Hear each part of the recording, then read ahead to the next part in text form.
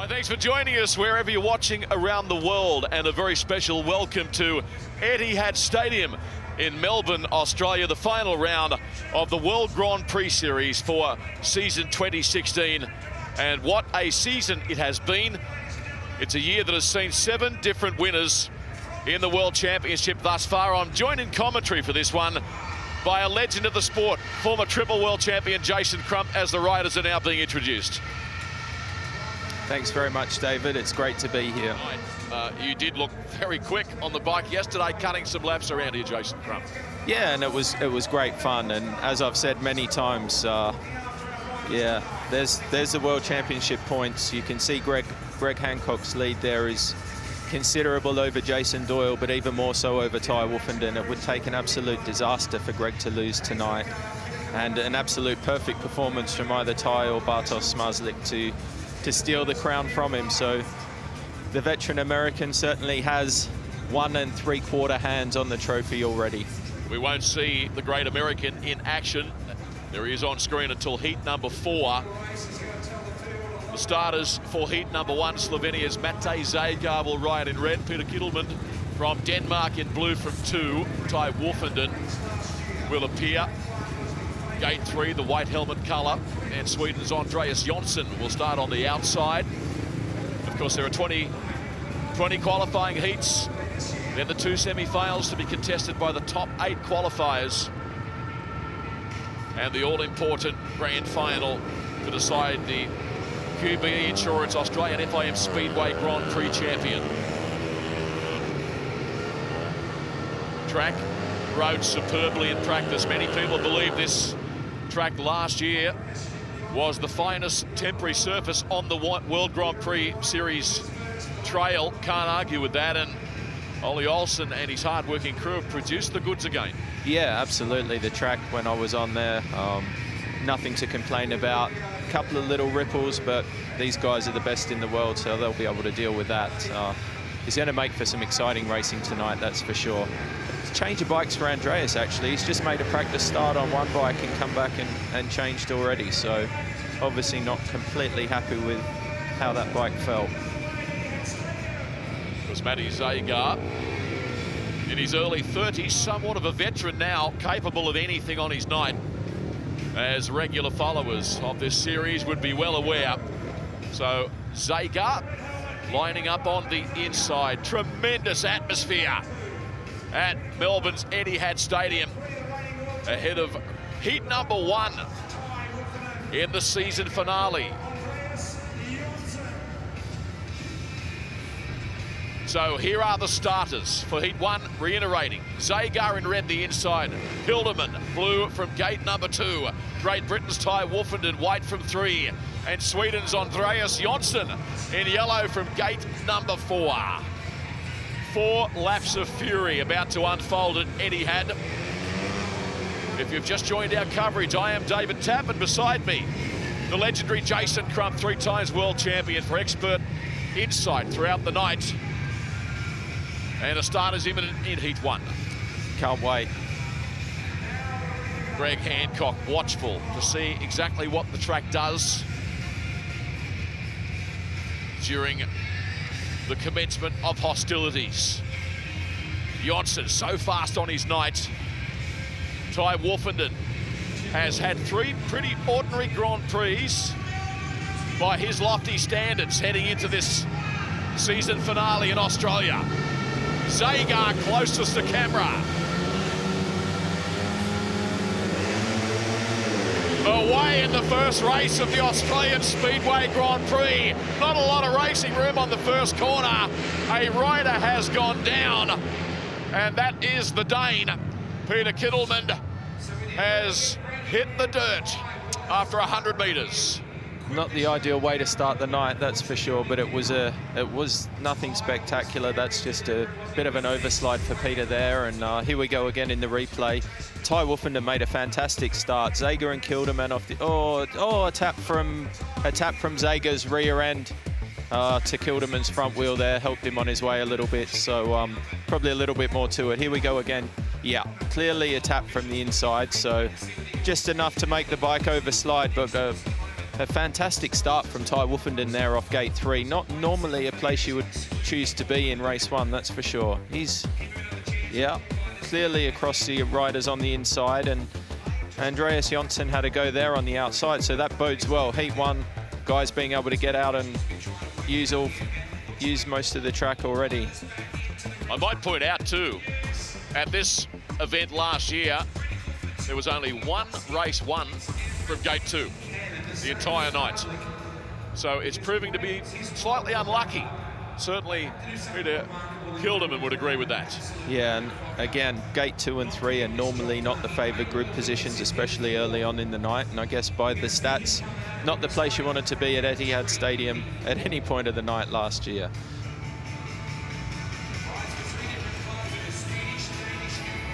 We have the restart of Heat 1 in less than 1 minute's time. So we bring the 4 back to the start line. Race restart, and once again we recap the starters. Zagar red, Kilderman blue, Wolfenden white, Jonsson in yellow from the outside. Can Ty do it again? He got away from the start brilliantly when the tapes rose. First time of asking. Seconds away from this race restart. You look at the Dane. Zagar from Slovenia, red helmet colour.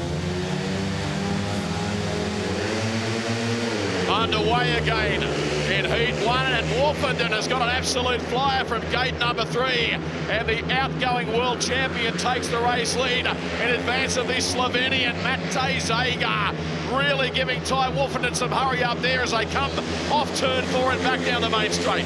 Fantastic start from Ty again. He did it the first time from gate 3, and he's managed to pull it off again, but he doesn't look that quick on the track. It's maybe a little bit slicker at this stage than we thought, and the inside line's looking quick. Zagar's putting him under plenty of pressure around the inside. Andreas Jonsson not far away either. The top 3 only separated by about 10 metres as they charge down the back straight on lap number 3. Wolfenden, the race leader. Zagar applying plenty of pressure. He sneaks a lot closer there as they go across the start-finish line. 1 lap to go here, and Wolfenden is under siege. Will Zagar have a crack up high on the circuit? He probably isn't close enough. And the 2015 world champion Ty Wolfenden takes the win in heat number 1. Zagar second, Andreas Jonsson third, and Kilderman out the back, Jason. Kilderman completely missed the start again. Completely the opposite of the race winner, that man there, Ty Wolfenden. Picture perfect off the start both times. And you have to say, in that race, Matej Zagar looked very quick behind him. I was a little bit surprised. I thought Ty would have been able to stretch it a little bit, but as we saw, Zagar stuck with him the whole race, and Jonsson was having a good go as well there. So good start to the night for Ty, and a positive start for Zagar too. Yeah, 3 points for Wolfenden, 2 to Zagar. Jonsson picking up the 1, and Kilderman no points in his opening ride tonight after hitting the deck in the initial race start. We look at Ty Wolfenden in the pits. Very hard worker off the track is Ty. His work with charities has been well documented. We watch this again, Jason. Yeah, Ty was perfect off the start there. Absolutely perfect. To be able to make 2 starts in a row like that off start position 3 is very impressive. He's showing us his intent very early on. Matej Zagar crept around the curb here and actually generated a lot of speed. Right here, I actually thought he was going to have a go at Ty there, but you could see Ty's bike wasn't actually hooking up down the straight. He was drifting sideways for a long way down there, and that's not the way to make speed on a speedway bike. But no doubt, words of wisdom coming from Peter Carlson. There'll be some changes to the machine, I'm sure, and searching for a little bit more speed for sure. He's a great man to have in your corner, isn't he? PK, Peter Carlson, vastly experienced, rode in the Grand Prix Series for a number of years, and as I alluded to earlier, still getting the job done in the British Elite League at age 47. So it's now time for heat number 2. And we see here the young Australian, left-hand side of your screen, the wild card, wearing the famous number 16 race jacket, the current Australian champion, Brady Kurtz. There he is. What a moment for Brady. bit nervous yesterday during practice, but hopefully we can see the best of him here. And we've also got our other Aussie, Chris Holder, in. So there's the field. Janowski from Poland, Jensen from Denmark, Chris Holder from Sydney, Australia, Brady Kurtz from Cowra in country New South Wales. Chris Holder will be wanting to make a copy start like Ty Wolfen just did from gate 3, that's for sure, Dave. Yep, he'll be brimming with confidence after seeing what Ty Wolfen had achieved in the previous race. So here we are, heat number 2. Away, Holder started okay. You'll find the Dane, though, Jensen got away best in the blue helmet colour. Janowski also quickly into stride. He runs in second in the red helmet colour. Kurtz is on the inside of his compatriot, Chris Holder. And here comes Holder now, the 2012 world champion. Oh, threading the eye of the needle. Up on the inside into second. Great move on Janowski, but the pole comes back at him.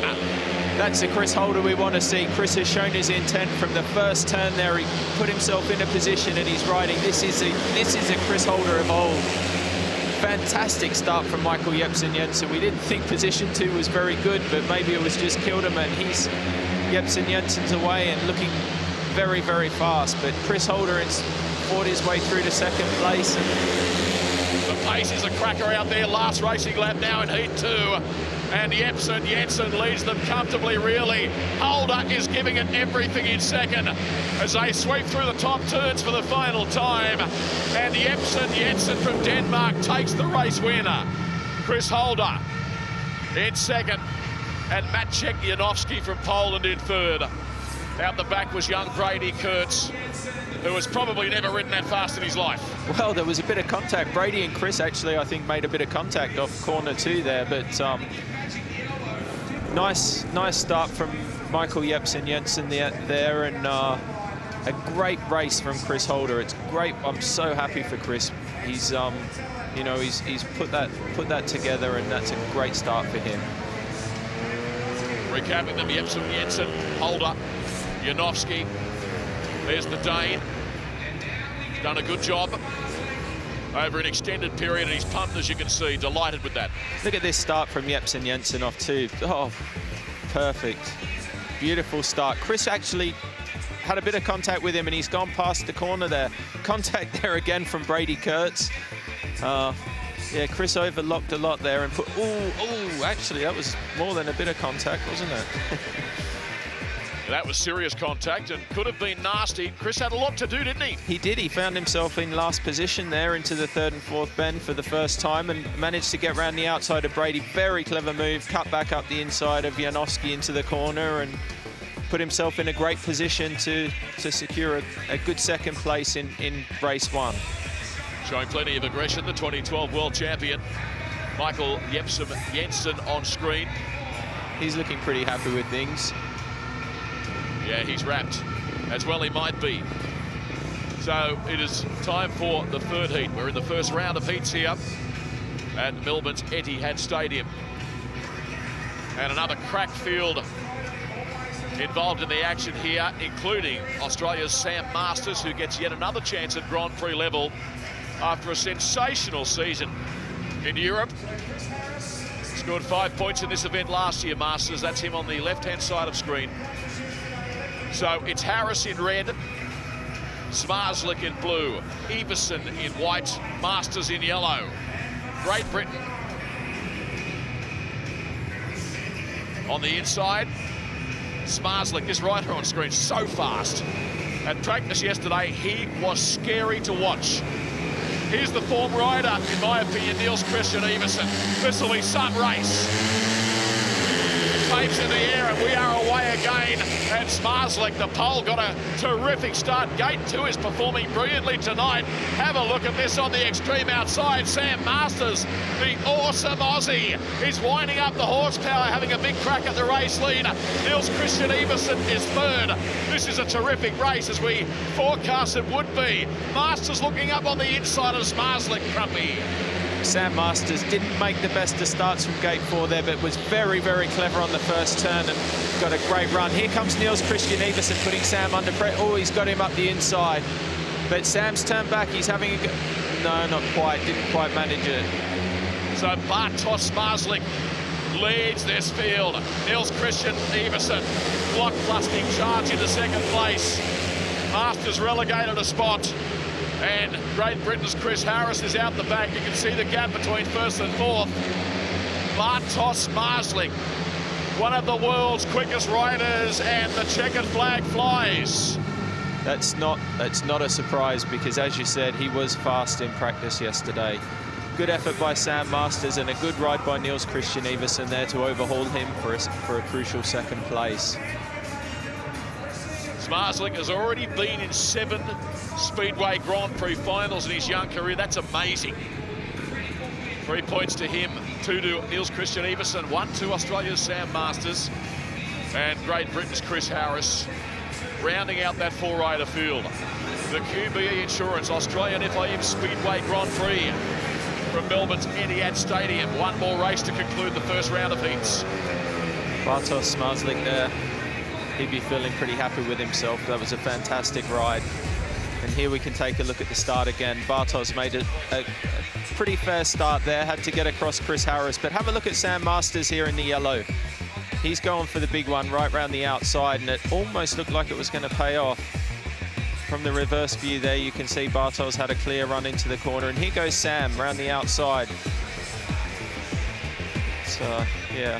Sam's in second place here, and he actually looked like he was having a good go up the inside of Bartosz, but didn't quite manage to pull that off and lost a place to Niels.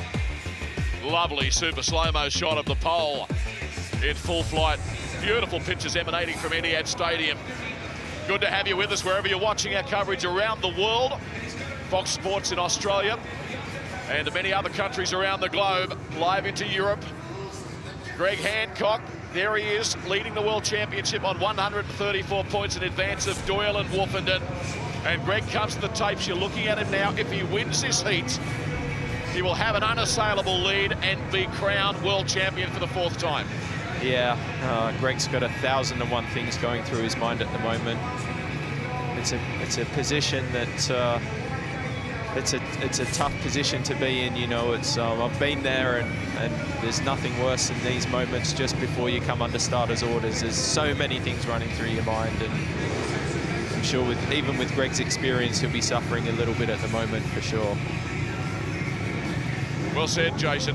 So Hancock rides in, white from gate 3. You look at him, the legend. It's a hot field again. Lindgren from Sweden on the inside. Lindback from Sweden out of gate 2. Pavlicki, the pole on the outside in yellow. Away we go. Hancock got away beautifully. Has he got to the front? Indeed he has. Here's a rider up high on the circuit, Pavlicki. And Pavlicki, the pole, has the audacity to pass Greg Hancock on the outside. They're side by side onto the main straightaway. And also very quick is Sweden's Fredrik Lindgren. What a race in Heat 4. What a first turn from Pavlicki. Here comes Greg. Greg's come up the inside of Pavlicki there. That's the World Championship. Greg Hancock at 46 years of age means business. Does he ever? Pavlicki in second. He's not done with just yet. Lap 3 of 4. And have a look at these two at the back, Lindgren and Lindback racing each other. Yeah, a couple of Swedes working each other over. Yellow flag, 1 lap of Etihad Stadium to negotiate. Greg Hancock, if he stays where he is, he will be the 2016 World Speedway Champion. The 4th time he has achieved such a milestone. And off turn 4, he's done it again. Greg Hancock is the World Champion for the 4th time.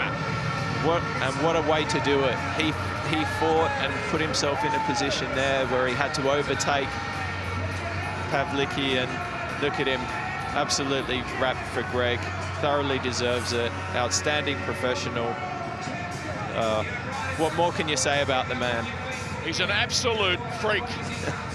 For his age, he is an extraordinary athlete, and he thoroughly deserves it. A nicer man you would never meet. Works so hard on and off the track. One of the all-time greats.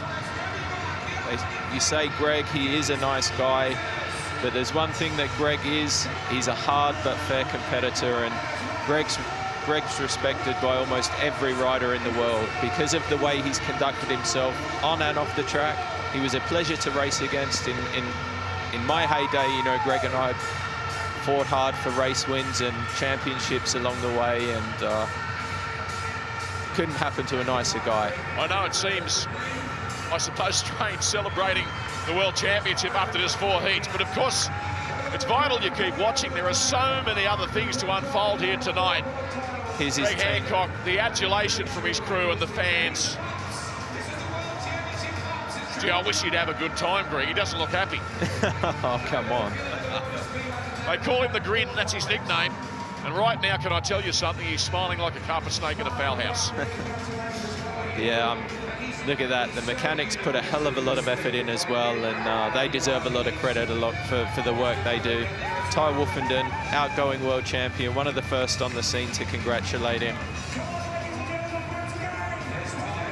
The thing about Greg Hancock, he is so professional. He'll go back to the pits, he'll take a deep breath, and he'll get his race face back on, and he won't want to lose another race tonight. Yeah, and that's a sign of the way Greg is, you know. It's personally, I could never do it. Whenever I got the points to win the championship, I was quite happy to sit down in the pits and pretty much go and ride around.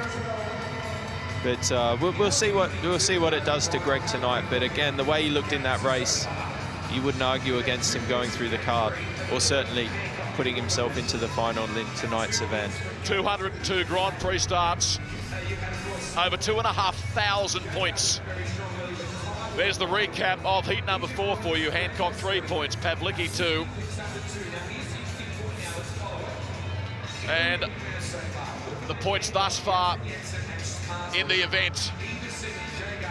Wins to Wolfenden, Hancock, Jepsen, Jensen, and Smarslik.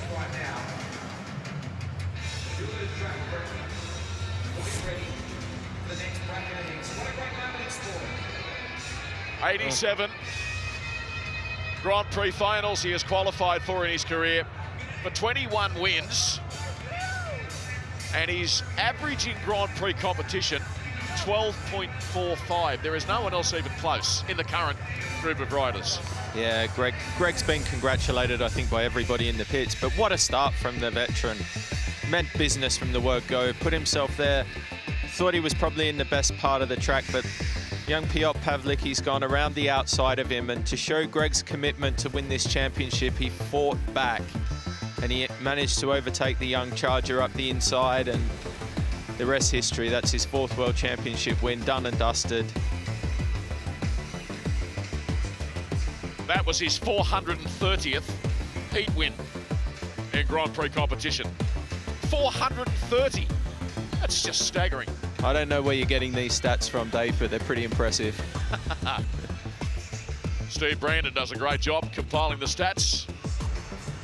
The Grand Prix series, and there's the jubilation rather behind the scenes. Track being re-prepped ahead of the 2nd round of heats. I'll put a bit of water on it, you'll find. It was a bit slick in parts. Let's go down to Steve Brandon in the pits right now. Greg Hancock, job done. You can say that again. I think my voice is gone already. And mine. Ivan Major, Tony Rickardson, Barry Briggs, Ovi Funden, Hans Nielsen all won the World Championship 4 times. You're in that club now. Oh man, say no more. I'm gonna lose it. This is like incredible. Thank you, everybody. Thank you, sir. Listen, I'm going to let you gather your thoughts, and we'll catch you again later in the meeting. There is a race meeting on. I'm sure you want to do well on that as well. Eric Gunderson, we made a deal a few weeks back. I want to see you walk, buddy, and I got your helmet. Thank you, sir. Congratulations. Well, that's nice. Greg, incredibly emotional, more so than I've ever witnessed before. It shows how much this World Championship means to him. To be able to do it, I know we keep talking about his age. For him to be able to do it at his age is fantastic, and you can clearly see the emotion involved in Greg winning, what it means to him, and a lovely gesture there with the words to Eric Gunderson. The final round of the 2016 World Championship.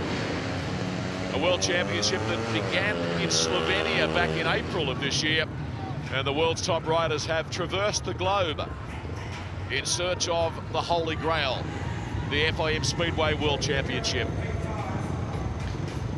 during all the celebrations there for Greg Hancock taking the World Championship, we've actually had a bit of track maintenance and they've put a bit of water down. So I'm predicting we might have a bit of a slippery surface here for this one, David. I think in a couple of races' time, I think the track will become better. But right now, I think there's a little bit of water down. Be interesting to see how it makes the track ride. Pavlicki, there he is on screen. We saw how fast he is. He took it right up to Greg Hancock in heat race number 4. Returning for action here. Right-hand side of screen. Shot of the considerable crowd at Etihad Stadium in the background of that wide shot. Here's Maciej Janowski, the pole. Terrific swashbuckling rider. A lot of courage.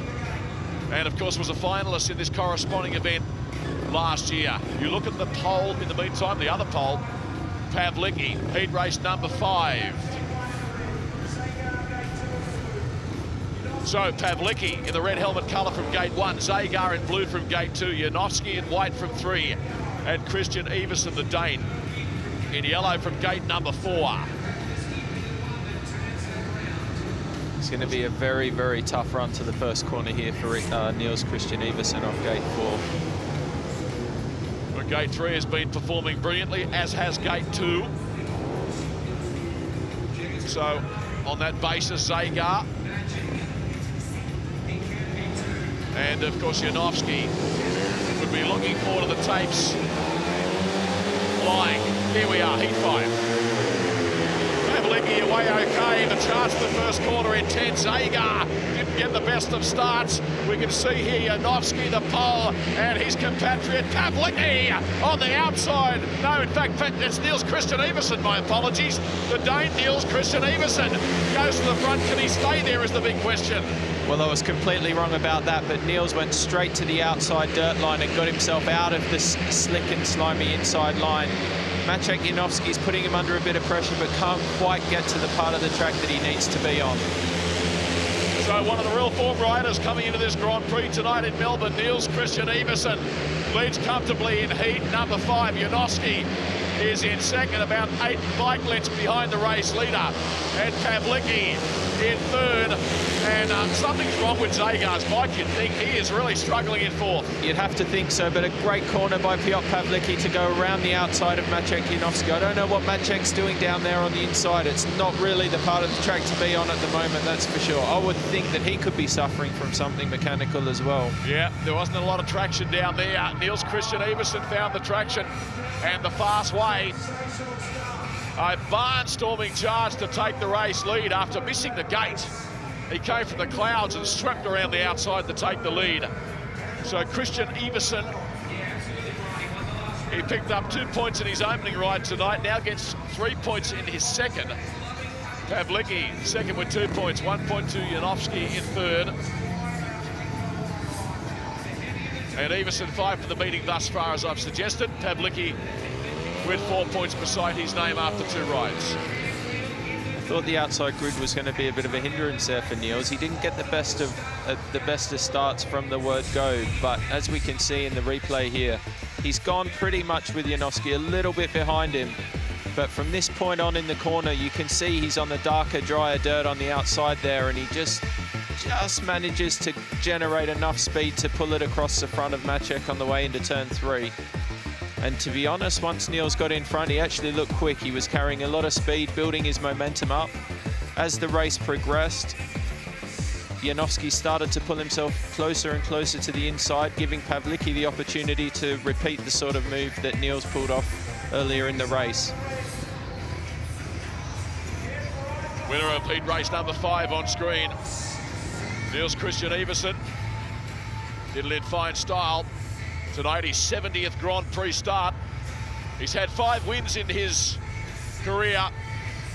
And here's the starters now in heat number 6. Lindback from Sweden, red helmet colour, gate 1. Harris, Great Britain, blue, gate 2. Hildeman, Denmark, white, gate 3. Chris Holder, yellow, gate 4. Australia on the outside. I'm looking forward to see Chris Holder pull a similar sort of manoeuvre as Niels Christian Everson pulled there on the first turn. He'd be actually rubbing his hands together having gate 4. I predicted wrong. I didn't think it was going to work too well, but it worked a treat. So Chris is in the place to be at the moment.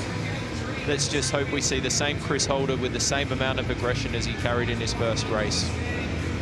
The the 2012 world champion from Appin, just south of Sydney. Multi-Australian champion. Slowly but surely rediscovering his best form after some horrific injuries. Punctuated his career after winning the championship.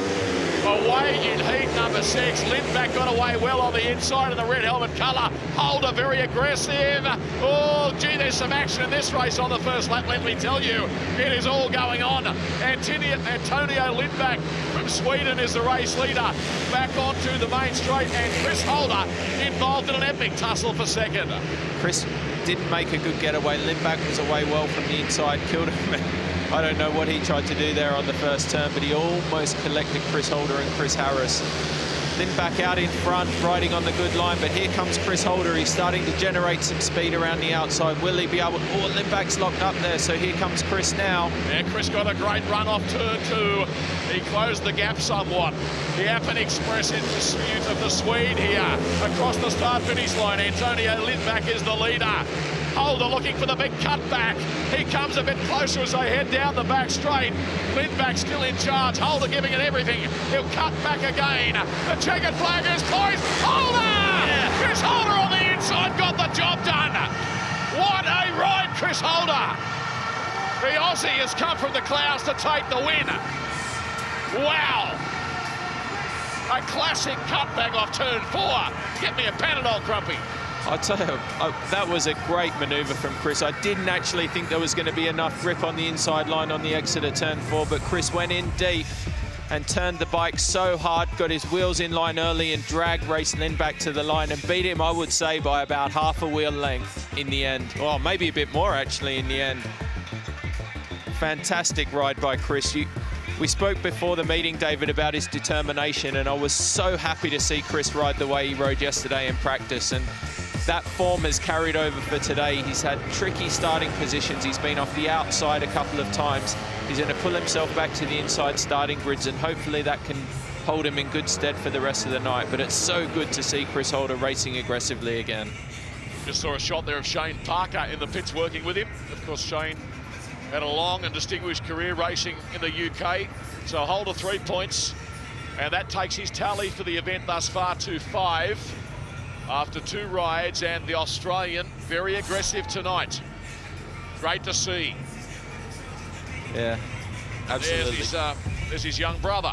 We can see from the start, Chris wasn't away fantastically well, but look at these guys on the inside. They're all heading out. Kilderman's cut back. He catches a rut. He swings across the... Whoa, that's tight. Chris actually was very, very lucky. You saw him coming there. At that point, Chris was back in 3rd. See it from the reverse view. It'll be interesting to see. There must be a little bit of a rut down there maybe on the inside, but the boys are heading out. Kilderman tried to... I'm not sure what he tried there, really. Great evasive. He tried to stay on when he nearly got thrown off. That's what he tried to do. Well, he did a good job in the end then, didn't he? Did he ever? So heat 7, fantastic race the previous. Smarslik, red gate 1, Lindgren, blue gate 2, Jepsen, Jensen, white gate 3, Wolfenden, yellow gate 4. Oh, stop it. How good's the field? This will be an absolute screamer. Wolfenden, brilliant in his opening ride tonight. Of course, Michael Jepsen Jensen won his opening ride tonight. So did Bartosz Smarslik. We've got 3 of our first-time race winners in this race, and Freddie Lindgren thrown in for good measure. Can't wait. Look at that crowd at Etihad Stadium. Good to have your company wherever you're watching around the globe. Bartosz Smarslik closest to camera on the inside, the best to begin again the pole. He's under pressure though. Gee, there's riders ducking and diving, slipping and sliding as they run down the back straight, and Smarslik is very much under siege here as they exit turn number 4. Great start from Bartosz Smarslik there. Very, very clever and experienced first corner. Poor Ty Wolfenden made a bit of a hash at the start there and didn't get himself into the right position. Caught himself out a bit there, I think, with the grip. But Bartosz Smarslik is carrying on from the way he looked in practice yesterday. He was absolutely flying. Zmarzlik has come into contact with the fence on the exit to just about every corner in this race so far. Such is his determination to chase the dirt up high on the circuit. Lindgren is in second, doing a good job in heat race number 7. Jensen in third. Ty Wolfenden at the back, and he's struggling to make any impression at the moment.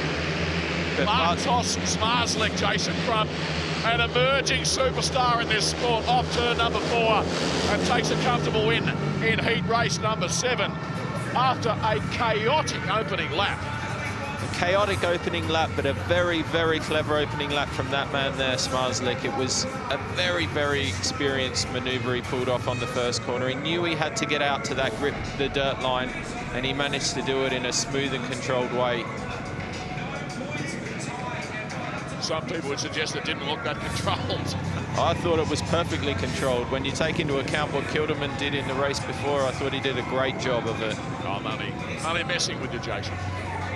So 6 points for Zmarzlik. He hasn't dropped a point in his opening couple of rides.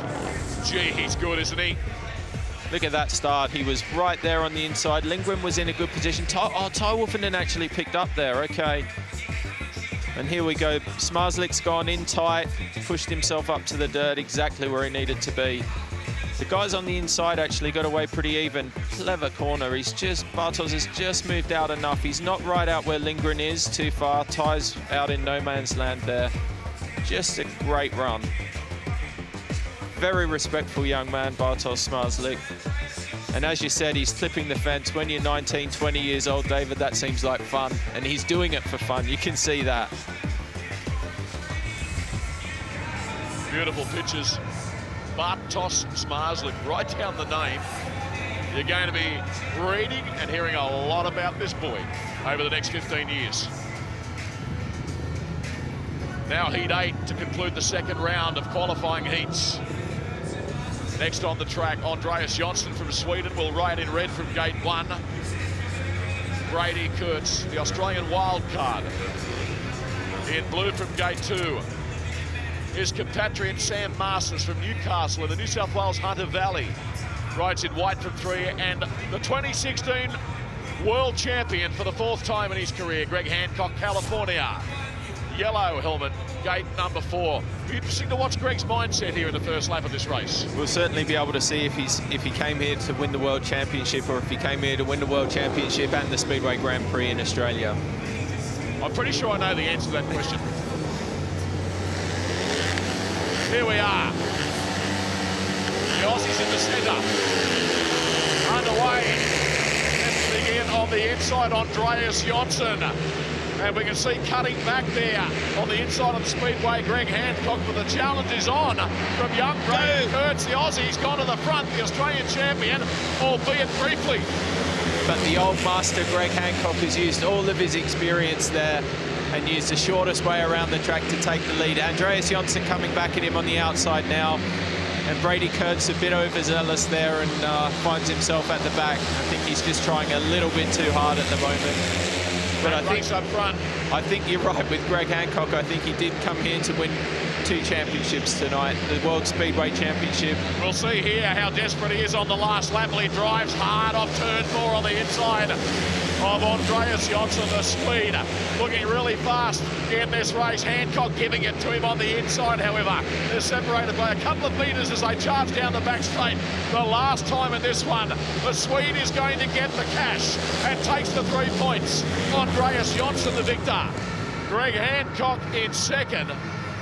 And Brady Kurtz stole 3rd position off Sam Masters on the line there. So Brady earns himself a World Championship point. He took the lead there for about 3 seconds. He took the lead. It was a hectic first lap, and Brady certainly put himself in there, but a little bit of inexperience there. The experience of Andreas and Greg showing. Jonsson, a great ride, and earning himself 3 very vital points in the Australian FIM Speedway Grand Prix.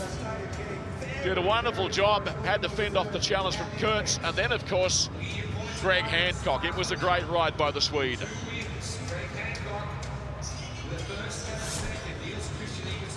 There he is, winner of heat race number 8. I mentioned earlier in our coverage, the second most experienced rider in the field. Yeah, and no surprise for Andreas to pop out and win a race. He's probably not done as much of that this year as he would have liked, but certainly one of those guys who, when he gets fresh air, he very rarely makes a mistake. And can I ask you, he's a rider that's been touted. Let's just watch this again, then I'll come back and ask you. You can see Greg Hancock's not really anywhere there off the start. The Aussie boys have certainly headed out for the dirt. Sam Masters got a bit of a push there from Brady, but right here we've got those two on the inside. Brady Kurtz, a fantastic move between the middle of the two of them. From this point here, Sam Masters makes probably as good a start as you're going to make when you're lined up next to Greg Hancock. Bit of contact there between Kurtz and Masters. Gone a bit too wide, but watch Brady Kurtz here. He picks himself up, he straightens up here, and all of a sudden he'll come into shot. Oh, we just missed it. But there's Andreas and Greg going over the line for first and second, and Brady Kurtz pipping Sam Masters for a point. The race winner there, Andreas Jonsson, has been touted many times throughout his career as a potential world champion.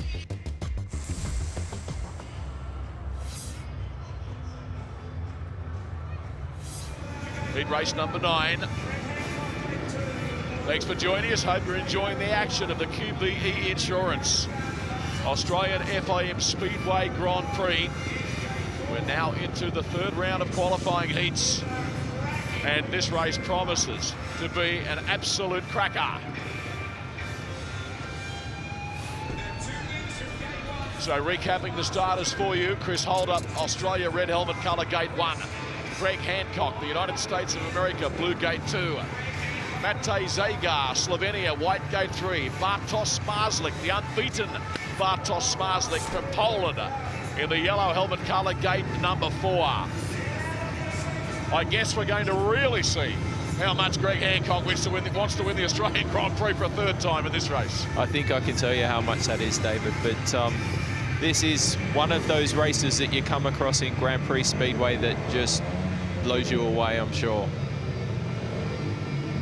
Holder has been in terrific form tonight. Comes into his third ride, having amassed a 5-point tally with a win and a second. There he is. He'd be quietly confident. Zagar had a disappointing second ride. He'll be looking to make amends.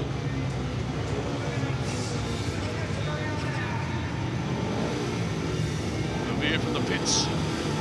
A close-up now at the start line. Holder, the Aussie closest to camera. Away. And a great start out of gate 2 by the American Greg Hancock. Here's Holder on the inside. And also Zagar looking fairly quick on this occasion. Can you believe it? Marslik is out the back. I'll guarantee he doesn't stay there as they head down the main straight the first time. And, well, what more can you say? Greg Hancock, the leader. Greg made a fantastic start off gate 2 there, and Chris was asleep a little bit, but Marslik was off gate 4 and he went nowhere. A good ride by Matej Zagar. He's shown hold of the front wheel a couple of times, but there's no more words to describe Greg Hancock. We can see how much he wants to win. He's gone out against 2 of his toughest competitors in this evening's event, and he's dominated it from the word go. Amazing, amazing athlete. Yellow flag on display, 1 lap of the Etihad venue to run. Chris Holder on the inside takes the lead from the American. Hancock fights back on the outside. It's Australia and America off turn number 4, and Holder does it again. Listen to the crowd at Etihad Stadium. What a ride from Chris Holder, the last second king. Greg Hancock looked like he had the race all wrapped up there. I'm actually thinking that Hancock could have suffered a slight mechanical malfunction with something, because he was away and gone. And on the 3rd lap on the first turn, Chris Holder managed to make a lot of distance on him. We could see Greg, I think, actually look around for a split second. So it'd be interesting to find out if there was anything wrong there. But a great ride from Chris Holder, irrelevant to what happened with Greg. Chris look at him, he wants this tonight, Tappy, you can see that. It would be some story if he can do it. Well, he's giving us all heart failure. The way he's winning his races so late in the in the 4-lap journey. My voice is about gone already. How many heats have we got to go? Watch this start from Greg, just perfect. Away, easily away, drifts straight out to the fast line on the first turn. checking where everybody is. He's on the grip, wheels in line. Away he goes. Let's take a look at this. Here, let's see what Greg does here. He's gone in, he's on line. Oh, he's a bit wide. Looks like something could be going on. Has a quick look over. Doesn't look like the normal body position to me for Greg Hancock right there. He has a bit of a go back at Chris, but nothing major. The gap there, it's too big. It's too big a gap. I'm sure something's gone wrong there. I don't think Greg missed the line. And right there at that point, Chris is wheels in line and pulled away from Greg to take the win. Great effort. Great to see Chris Holder looking like that and happy with the way he's riding. He just appeared on the big screen, one of the many in this stadium. Crowd went up again. Heat 10 sees Sam Masters from Newcastle in New South Wales, red gate 1. Maciek Janowski, Poland, blue gate 2. Fredrik Lindgren, Sweden, white gate 3. Peter Kilderman, Denmark, yellow gate 4. Another cracker in prospect here. Sam will be disappointed with his previous ride. He'll be looking to make amends here. Janowski has been solid tonight, as has Fredrik Lindgren. We're yet to see the best of Peter Kilderman in this Grand Prix. I think it'd be fair to say we probably haven't seen the best of any of these four, so it's a chance for one of them to shine. Lead 10, they're gone. Masters began okay over on the inside. The battle through the first turn is intense, and Masters is passed on the outside by Janowski originally, and now Kilderman also charging towards the front. This is a terrific race. They are 3 wide off turn number 4. Did you see that? The race leader now in heat race number 10 is Peter Kilderman from Denmark. Well, the guys that were in first and second on the first turn are now back in third and fourth. There was bikes and bodies going everywhere there. Bit of contact between Lindgren and Janowski. Kilderman's out in front, but to me, he doesn't look that quick. Fredrik Lindgren putting him under a lot of pressure on the inside. Maciek Janowski back in third place. Doesn't look settled to me, and Sam Masters just struggling a little bit at the moment. Let's see if Freddie Lindgren can get a wind up on Peter Kilderman around the outside. Last lap now, Kilderman the leader. Janowski in all sorts of trouble there. Can Lindgren reel him in? Inside the distance, it would appear not as he cuts back to the inside. And the red and white flag of Denmark takes the win in heat 10. So Peter Kilderman, he needed that badly. So he's dug deep and found 3 vital points. Didn't make the best of starts, Peter Kilderman there, and got himself back into a decent position on the exit of the second bend, and survived a couple of challenges from the other boys, and managed to get the race win, which, as you said, is vital for him at this stage of the meeting. So Holder, still a top points man in the event thus far, 8 beside his name. The top 8 you can see in the QBE Insurance Australian FIM Speedway Grand Prix so far. Exactly what Kilderman needed. Let's watch the start. Here we go. Sam Masters and Maciek Janowski off the inside have roared out. Kilderman's cut back to the inside, held everybody up, and then there's all sorts of tangles up the back straight. Janowski into the lead. Kilderman round the outside of him. Lindgren up the inside of everybody again. Here we watch it. Janowski's gone probably a little bit too wide. Clever turn there from Peter Kilderman. At this point, Janowski looks like he's about to take the lead and go away with the race, but Kilderman fought back on the outside, and Lindgren fought up the inside. Bit of contact between those two. Lindgren actually nearly went from third to first there. Peter Kilderman, tonight his 24th Grand Prix start. Has won 2 GPs in his career. One would think there are many more ahead as we prepare for action now. In heat racer 11, the Australian champion Brady Kurtz, red gate 1. Niels Christian Iversen from Denmark, blue gate 2. Ty Wolfenden, Great Britain, white gate 3. And Sweden's Antonio Lindback, yellow gate 4. Tough lineup here, tough race for young Brady Kurtz, and lining up next to Niels Christian Iversen, one of the form men of the meeting tonight. A win here for Niels will put him equal at the top of the points table with Chris Holder after 3 races. Stiff competition from Antonio Lindback and Ty Wolfenden. Oh no, Brady Kurtz.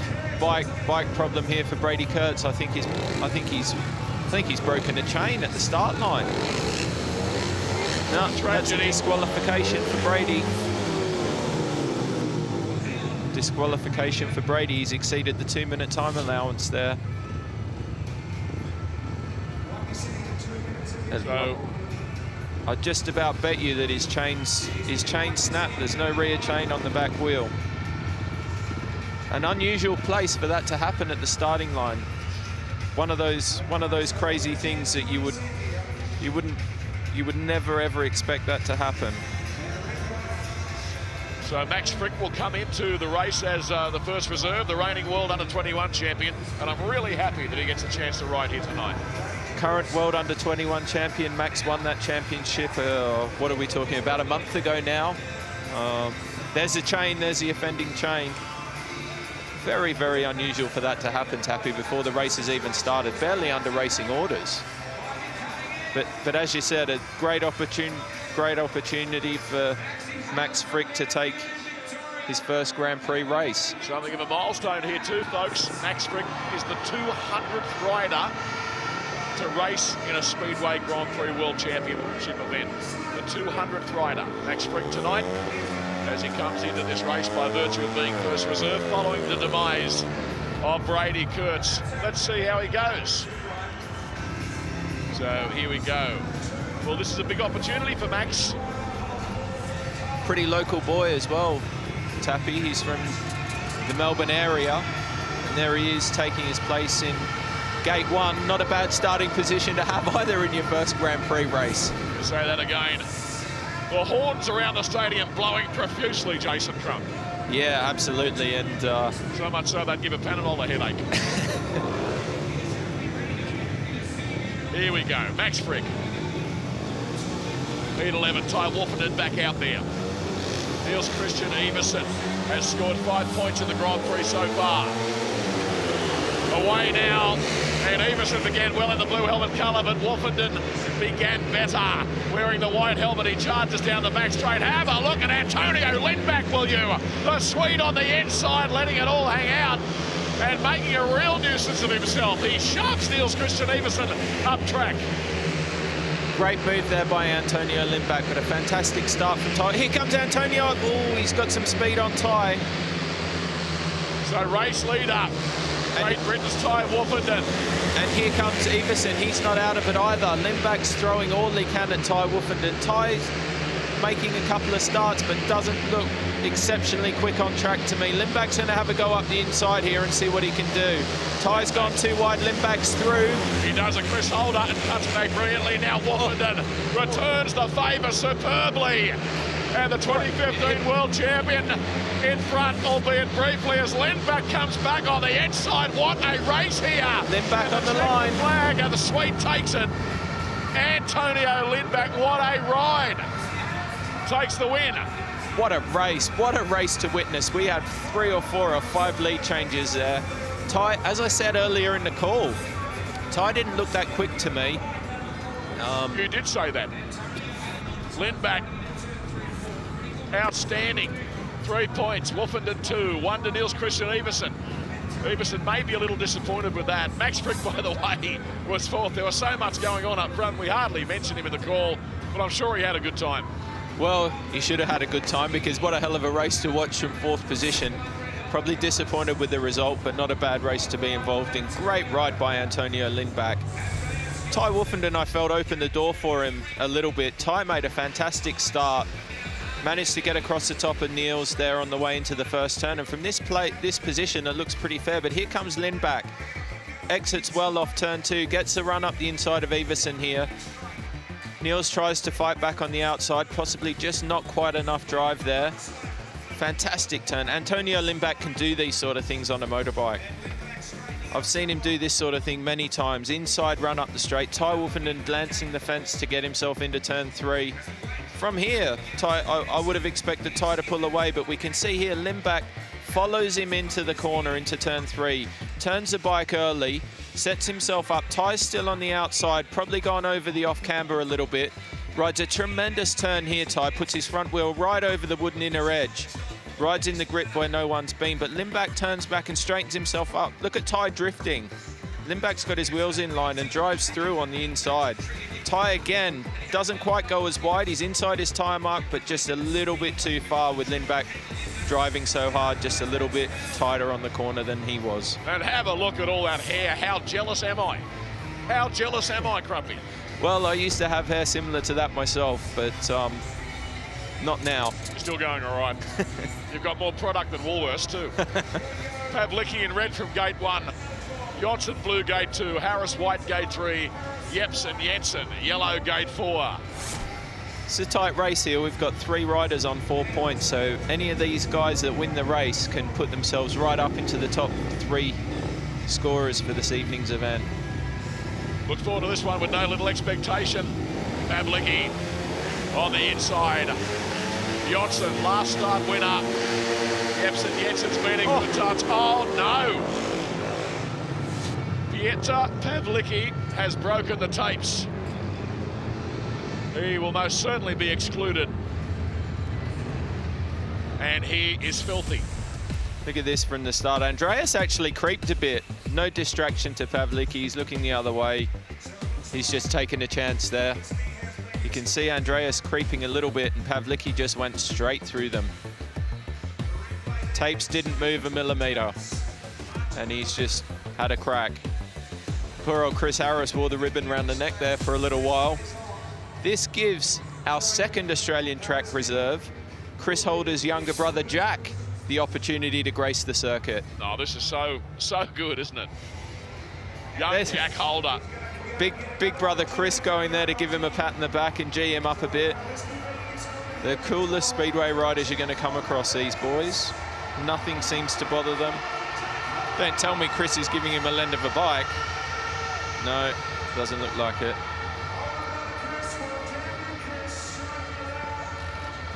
The Holder brothers become the 9th successive brothers to race in the Speedway Grand Prix. Quite an unbelievable statistic, that. Trying to think of a few of the others. They would be the Dremel brothers from the Czech Republic, Alice and Lucas. They would be Nicky Pedersen and his brother Ronnie. Who else would it be, Tappy? Too good for me. But I've got a headache, such is the excitement here at Etihad. Whatever it is, Chris Holder's looking at his brother, giving him a thumbs up signal from the other side of the track. This is very cool. Jack Holder, a youngster with enormous potential. He also rode well in the World Under-21 Championship. Absolutely. How proud are his parents going to be? They're here tonight. Big moment for the Holder family here. So Holder. Jack Holder. Yeah, Johnson, Harris and Jepsen Jensen. Holder getting a start because Pavlicki was excluded for breaking the tapes. What a big moment for Chris Holder.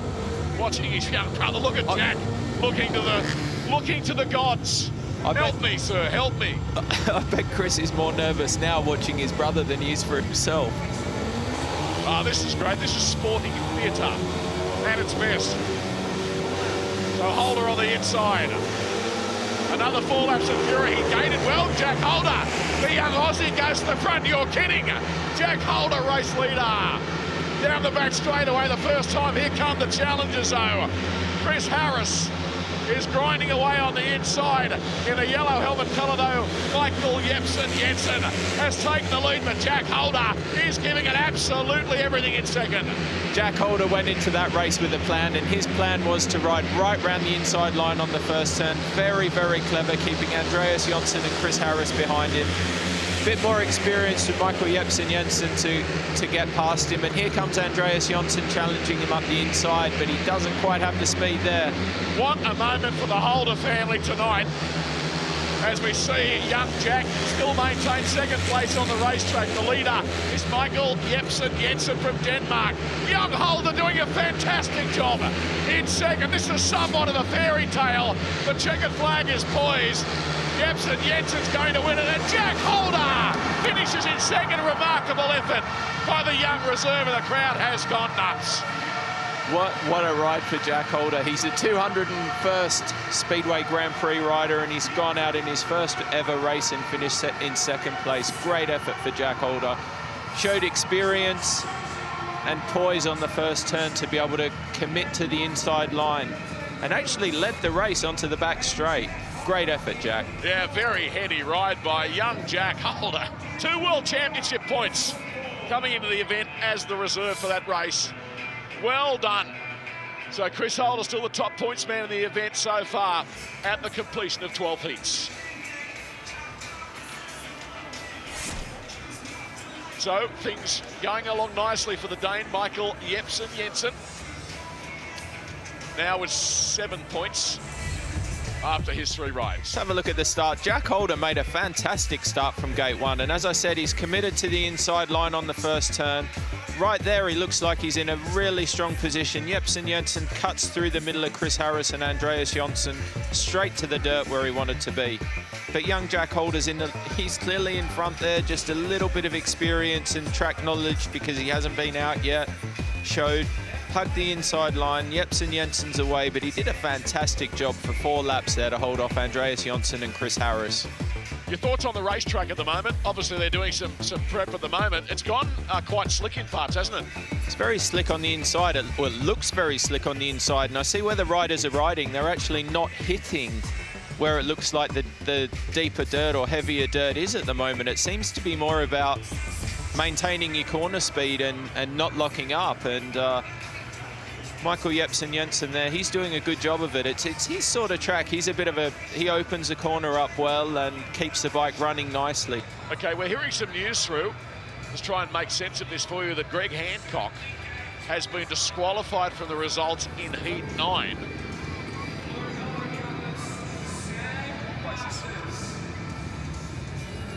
I think it's something to do with an FIM sporting code, David. Is that what we're hearing? An FIM sanction? I don't. Yeah, we'll have to get more information of that. An infringement. And we'll broadcast the facts when we are more aware of them. But we can tell you, Greg Hancock excluded from the results in heat race number 9. Well, this meeting has had everything so far. So that puts Greg back to 5 points for this event so far. So we're almost set for a start in heat number 13.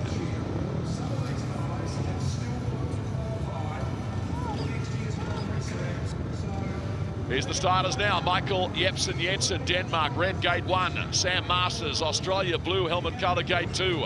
Antonio Lindback, outstanding in winning his previous race. White helmet colour gate 3.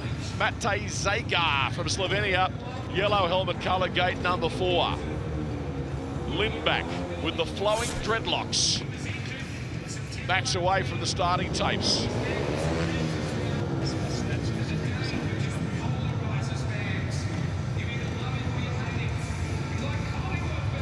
Some of the other riders, including Chris and Jack Holder, watching on from the pits.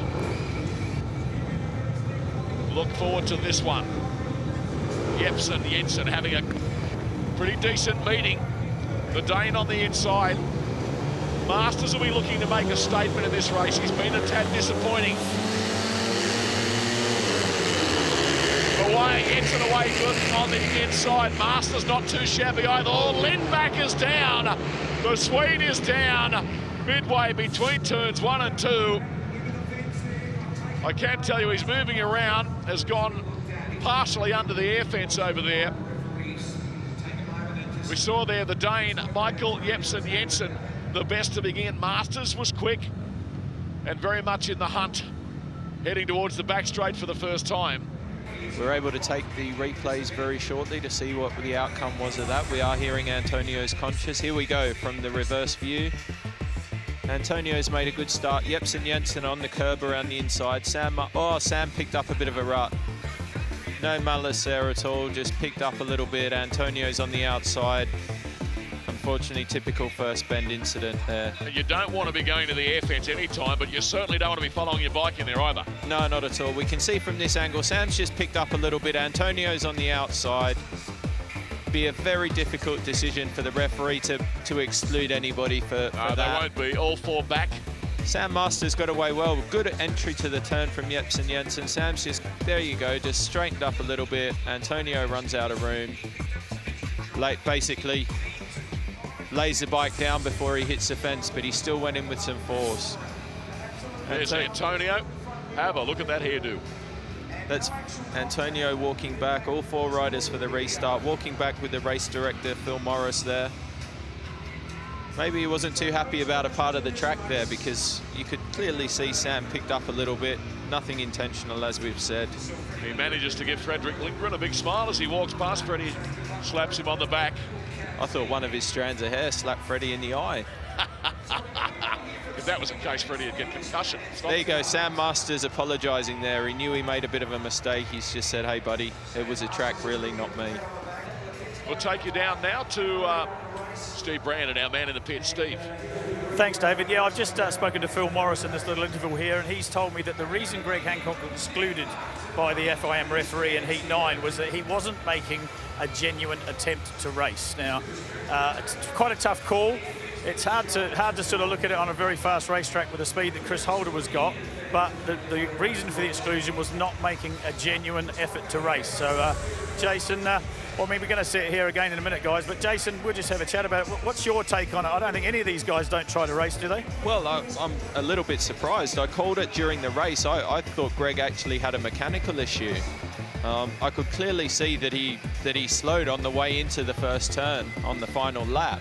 But Chris Holder's done nothing different than he's done in his previous 2 races. He's overtaken guys on the run into the finish line. Absolutely. Greg, I mean, to me, he's on the fast line. He's got the bike working well. I mean, Greg's well in front there, but it doesn't, to me, look like, I mean, Greg might have gone to sleep a little bit like he did in Horsens earlier in the season, but, you know, I think it's a very tough call to say that someone's not making a genuine attempt to race when they're going as fast as these guys do. So, yeah, Steve, I agree. I mean, I raced myself, and I know that every time I got on the bike, I rode with 100% commitment. You don't become a 4-time world champion like Greg Hancock without giving 100% commitment. Not making a genuine attempt to race. There we go. There, that's where it was just there. He's gone a little bit wider, but to me, it looked mechanical. I don't know. I got to say, I am absolutely perplexed by that decision. I don't think that is a massive call to say to the world champion, we're going to take your points off you because you didn't have a go. That is a massive call.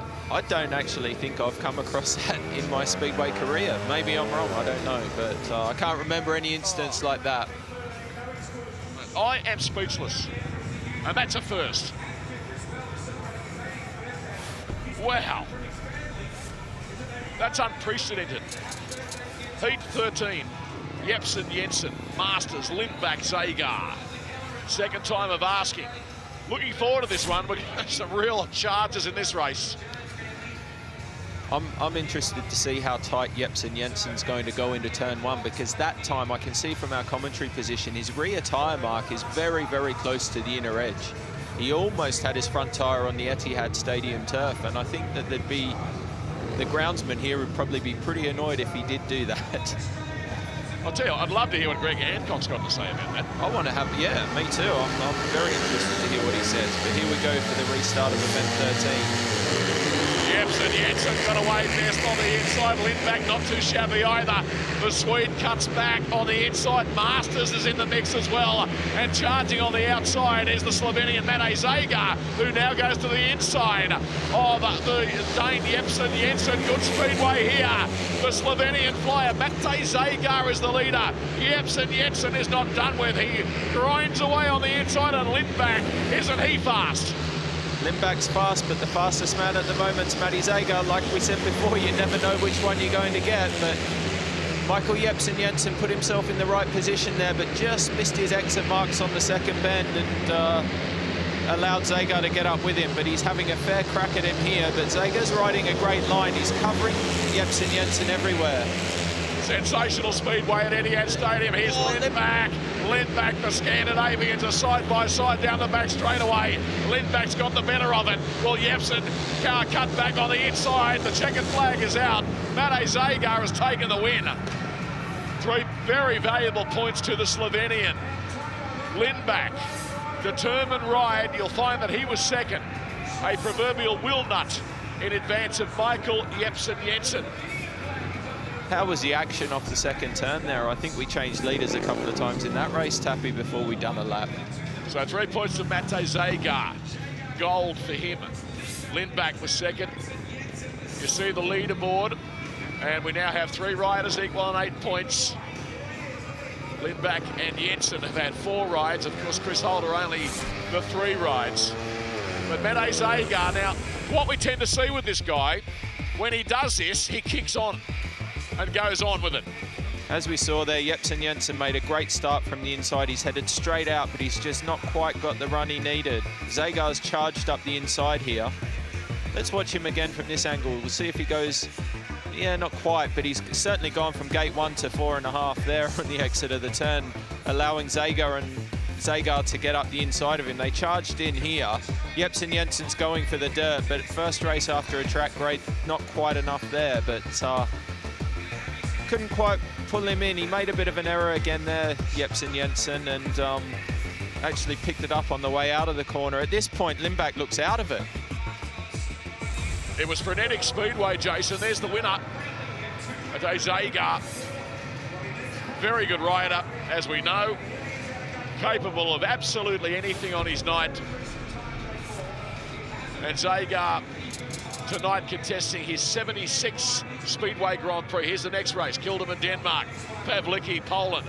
Kurtz, Australia. Another beauty in prospect here. And of course, Zmarzlik on the outside in the yellow helmet colour as well, just to spice things up a little more. We'll see what the Dane Peter Kilderman can do after a win last time out. You got 3 of the sport's undisputed rising stars in this race. No question about that. Kilderman, a Grand Prix winner. Pavlicki, Zmarzlik.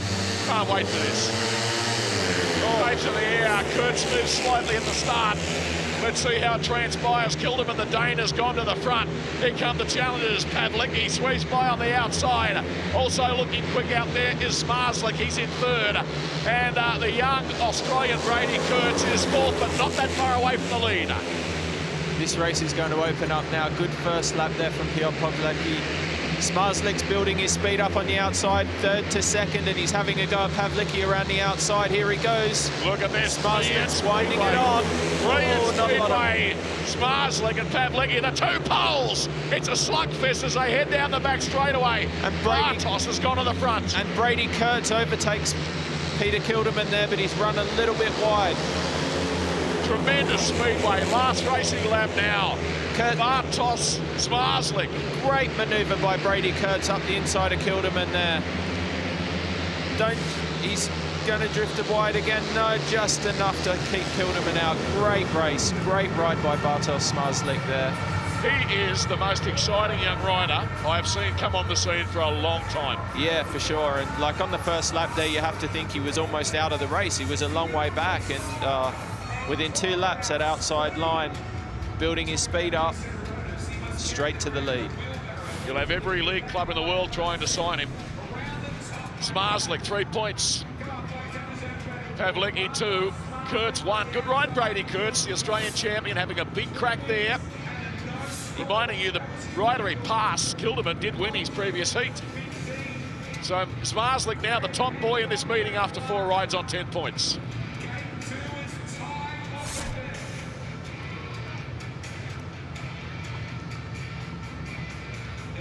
We're hearing some news come through at the moment that Greg Hancock is not taking part in the rest of the meeting because of the FIM jury's decision with what happened in the incident before. So I'm sorry, but the decision is perplexing, and for Hancock to react the way he has,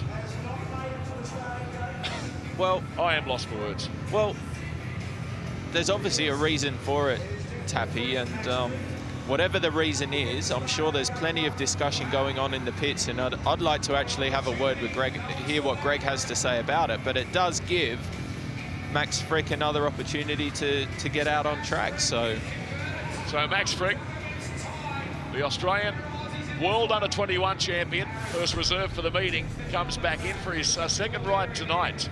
He'll ride in red from gate 1. Ty Wolfenden, the outgoing world champion, blue from 2. His compatriot from Great Britain, Chris Harris, white from 3. And Maciek Janowski, who has looked quick tonight in patches, will ride in the yellow helmet colour from gate number 4. I'll tell you, you're going to be hearing a lot about this decision to take those points off Greg Hancock and his subsequent decision to sit the rest of the event out. I've never seen or heard anything like it, Jason. Well, as I said, Taffy, we have to hear what the official word is on it before we can comment too much, but we can see, obviously, how strongly Greg Hancock feels about it, that's for sure. Here we are. Heat 15, Young Frick on the inside. Bizarre circumstances prevailing at Etihad Stadium tonight. The rider from gate 2, Ty Wolfenden, got a magnificent start and tears down the back straight. You can see Frick got into a spot of bother there. Meantime, Maciej Janowski has moved into second spot in front of the Australian. Ty Wolfenden in a race like this at the moment, Janowski's not really on the pace he would like to be. Ty's running away with this one, but still all action. And Max Frick's generating some speed here on the outside of Janowski, and I'm thinking with a good run, Harris up the inside. Where did Chris Harris come from? And Max Frick goes down. Max Frick down. The dive bomb from the Brit, Chris Harris, doing a heck of a job into second. His compatriot Ty Wolfenden is so far in front, he'll be contending with terminal boredom any tick of the clock. Oh, Battle for second and third, fairly intense between Harris and Janowski, but Ty Wolfenden is going to cruise to victory effortlessly in heat race number 15. A race that Greg Hancock should have been racing in. So Wolfenden 3 points. Janowski will pick up the 2. So Ty getting his second win of the Grand Prix. That moves him along to 8 points after 4 rides. We'll recap them for you. Wolfenden, I'm sorry, it was Harris that got second. I think I said Janowski post-race. So Harris 2 points, well done to him. And 1 to Maciej Janowski. I'm still in shock. Probably the easiest race win of the evening so far, certainly for Ty Wolfenden. Looks pretty content with that. As we can see there in the start, Ty made a good start, clever first turn, in on the curb, smooth exit of the turn. But here's where the Frick picks up there. Oh, that's action down there. Frick picked up and glanced the fence. And here comes Harris up the inside on the last lap, and Frick, I'm not sure what happened to Max there, just overslid a little bit and managed. Here comes Harris up the inside. Great move by Bomber there. Frick goes down at the back of the screen. Janowski's still trying to fight back up the inside of Harris. Good job by Max to get off the track.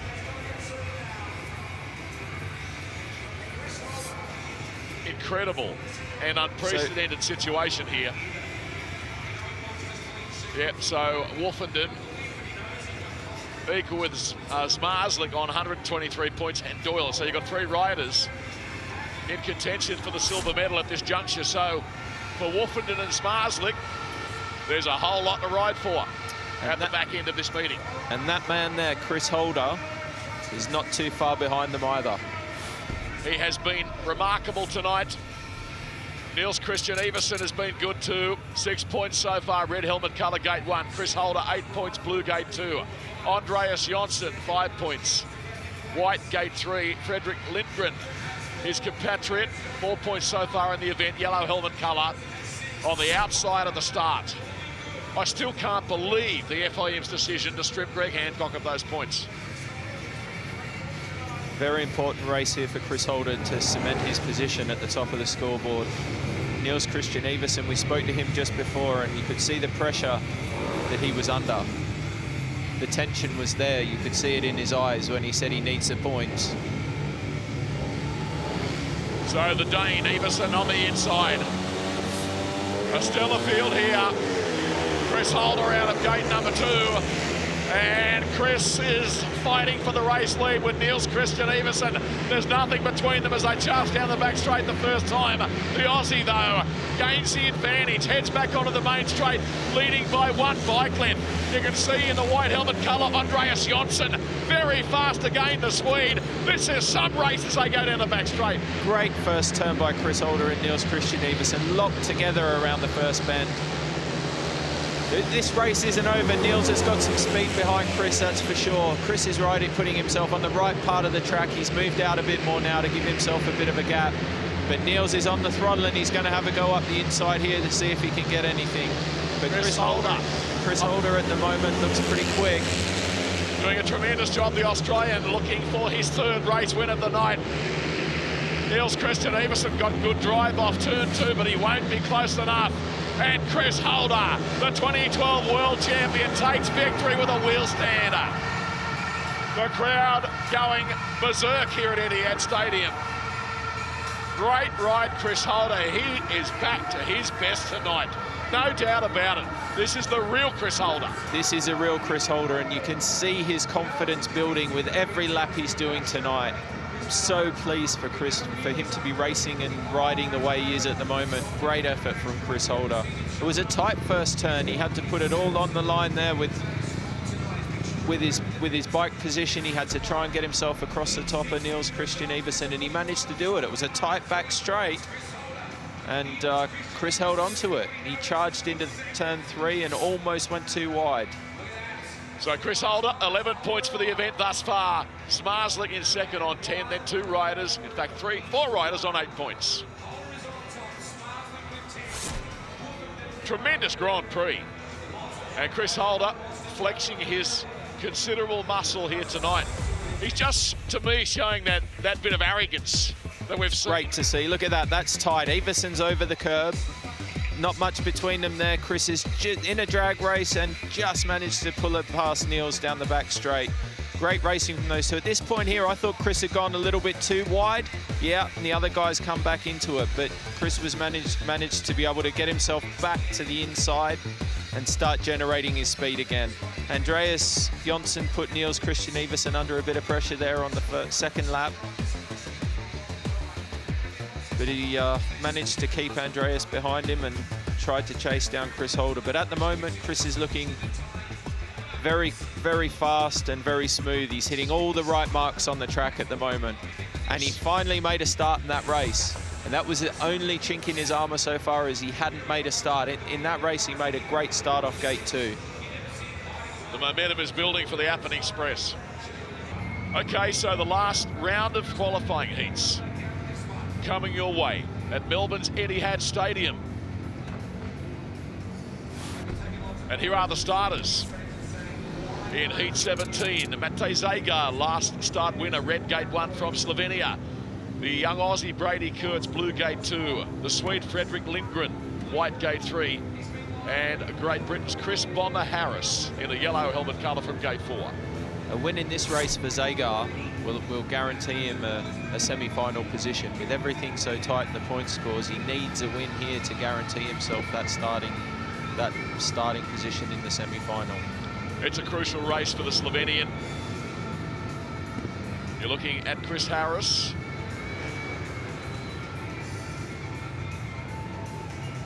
Fredrik Lindgren. He has been fast tonight. Fredrik, look at this now. 8th and 9th, 87 points. They are equal on Christian Everson and Antonio Lindback, reminding you must finish in the top 8 to automatically qualify for season 2017. Zagar closest to camera. Brady Kurtz beside him. Away, Zagar got a beauty from the inside. Oh, Kurtz had a moment, but managed to save it brilliantly. Chris Harris, meantime, cuts back the Great Britain rider and moved into second briefly. Now he's been passed by the rider in the white helmet colour, Fredrik Lindgren. And Lindgren now challenges Matej Zagar for the lead and takes it, but Zagar fights back on the inside, and the Slovenian reassumes control. We don't know who's going to end up in front in this race. Zagar looks a bit more settled now, but Lindgren's fast off the 4th turn. He generates a lot of speed there. And here he comes again. He's having another go up the inside. Zagar's picked up a bit. Here comes Lindgren. Lindgren had to shut the throttle off momentarily there. Approaching turn number 3. Zagar across the start-finish line gets the yellow flag from Graham Stewart. Doing the flags here tonight at Etihad. Down the back straight charges Matej Zagar. He has a 3 bike length advantage over his nearest rival, Fredrik Lindgren. It was a dashing ride by the Swede, but in the end, not good enough. Mate Zagar, assured of a semi-final berth now, you would think. The 3 points, very valuable in his quest for a top 8 finish in the championship. He's just put himself right in with a great shot of that now with a race win there. It was a tough race. He had to earn his 3 points there. Freddie Lindgren didn't give it to him easily. It was plenty of close contact. Zagar 3 points, Lindgren 2 points. Harris a fighting 1 point. Brady Kurtz out the back. So what an event this is. Holder on 11 points. Marslick and Zagar equal on 10. And then we've got 4 riders equal on 8 points. It doesn't get any better, Jason Crump. No, it doesn't get any better, and we can take a look at the start again. Zagar wasn't away great, but he rode a very good first turn.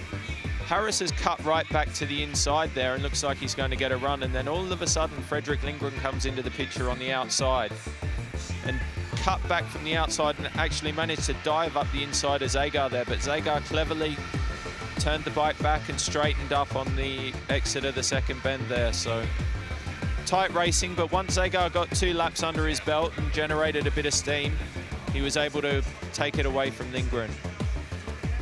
Tremendous slow-mo action from Etihad Stadium. As you said, he had to work hard for it.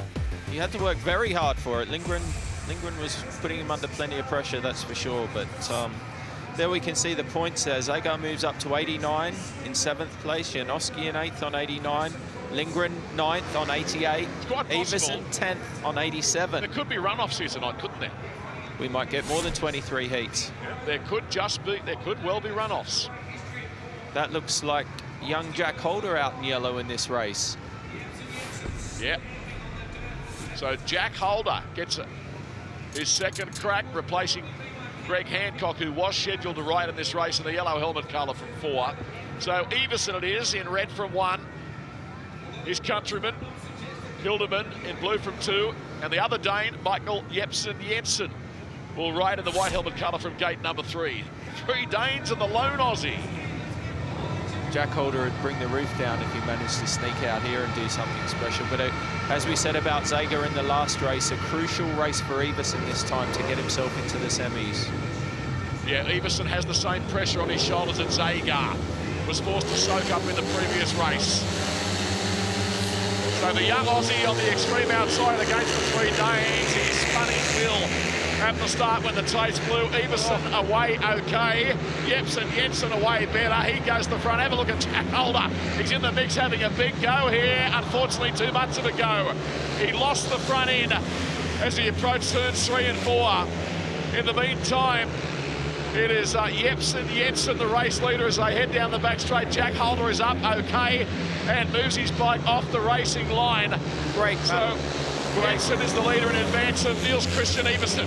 Everson needs the points here, and Kilderman's pretty much out of the event, but not giving him an easy time. Jepsen Jensen out in front.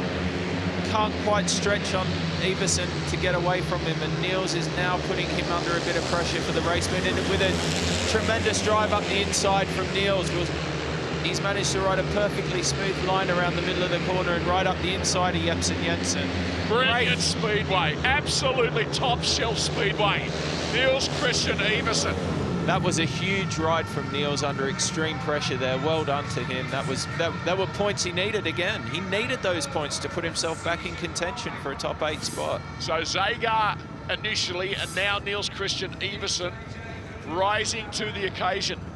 It is all on the line for them tonight. That was a brilliant ride by Christian Everson. Calculating and controlled. Charged to take the lead. 3 points. Jepsen Jensen, we think, gee, what more have I got to do? Yeah. Rode a pretty decent race here and got pipped with a lap to go. Everson now equal with Chris Holder on 11 points. 3 riders equal on 10, Jason, and 2 riders on 8. It's tight at the top, that's for sure. Jack Holder just walking back to the pits there. That was a really tough race for Niels because he first had to deal with Kilderman. He first had to deal with Kilderman's challenges from the inside. He had to deal with them, and then he had to set out after Michael Jepsen Jensen and try and get the lead. He put himself in the middle of nowhere, to be honest, on the first turn, Tappy.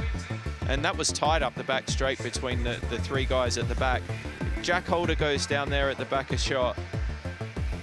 We'll see Jack go down here. I think it just a bit of an overslide. No. Oh, maybe he had a mechanical. Actually, I think Jack Holder might have broken a chain there. I actually think his chain might have snapped. But out front there, Michael Jepsen Jensen. At this stage of the race, he probably feels pretty comfortable. But here comes Niels. Tremendous run off the corner. Drives up the inside of Jepsen Jensen there. Just holds a smooth line around the corner. Jack, yeah, definitely a mechanical there for Jack Holder. You can see the bike lost power from the slide, lost power, straightened up and down he went.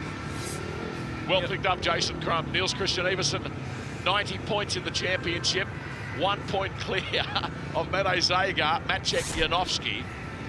Wow, that is intense action in the middle of the pack.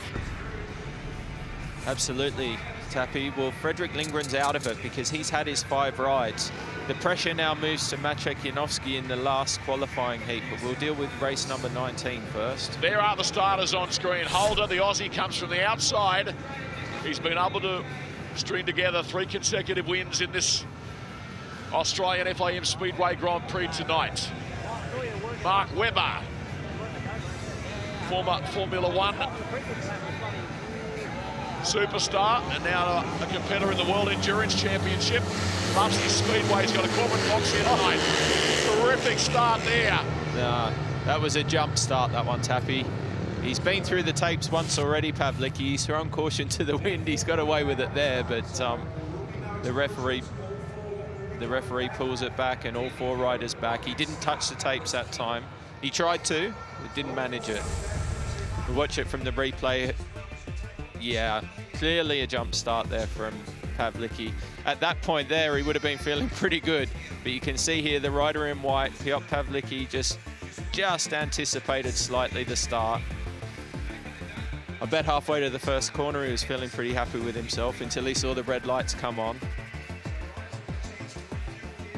He's gonna have to sit still because he's been through the tapes once already. He doesn't want to throw away another opportunity to race. Is it necessary for the riders to head back over to the other side of the stadium and get their clutches adjusted and so forth? It definitely is, but he's you can see that they're probably just putting a bit of fuel in. The speedway clutch, 1 start's all it takes, Tappy. Whether it's a false start or not, it only takes 1 start to put the clutch under extreme pressure. The heat that's generated in the clutch in that one go is enough to require it to be cooled down for 30 or 40 seconds. Expert comments from triple world champion Jason Crump, providing a terrific analysis tonight. This race here, Ty Wolfenden and Chris Holder, this is a bit of a head-to-head battle here. These boys are definitely going to be going for it. There's Mark offering a bit, maybe Mark's offering a bit of advice to Piotr Pavlicki's brother there. Also a pretty handy rider, Przemek Pavlicki. Wolfenden, Masters, Pavlicki and Holder. Equal with Niels Christian Eversen in the event on 11 points. Of course, Niels has ridden his 5 heat races. Holder has a race in hand. So we'll see what transpires here. The first corner has been no place for the faint at heart right throughout the Grand Prix. And Pavlicki again very quick from the middle of the racetrack. The challenge though coming on the inside from Ty Wolfenden. Chris Holder is 3rd and has a fair bit of work to do. In fact, Sam Masters is 3rd and Holder's 4th.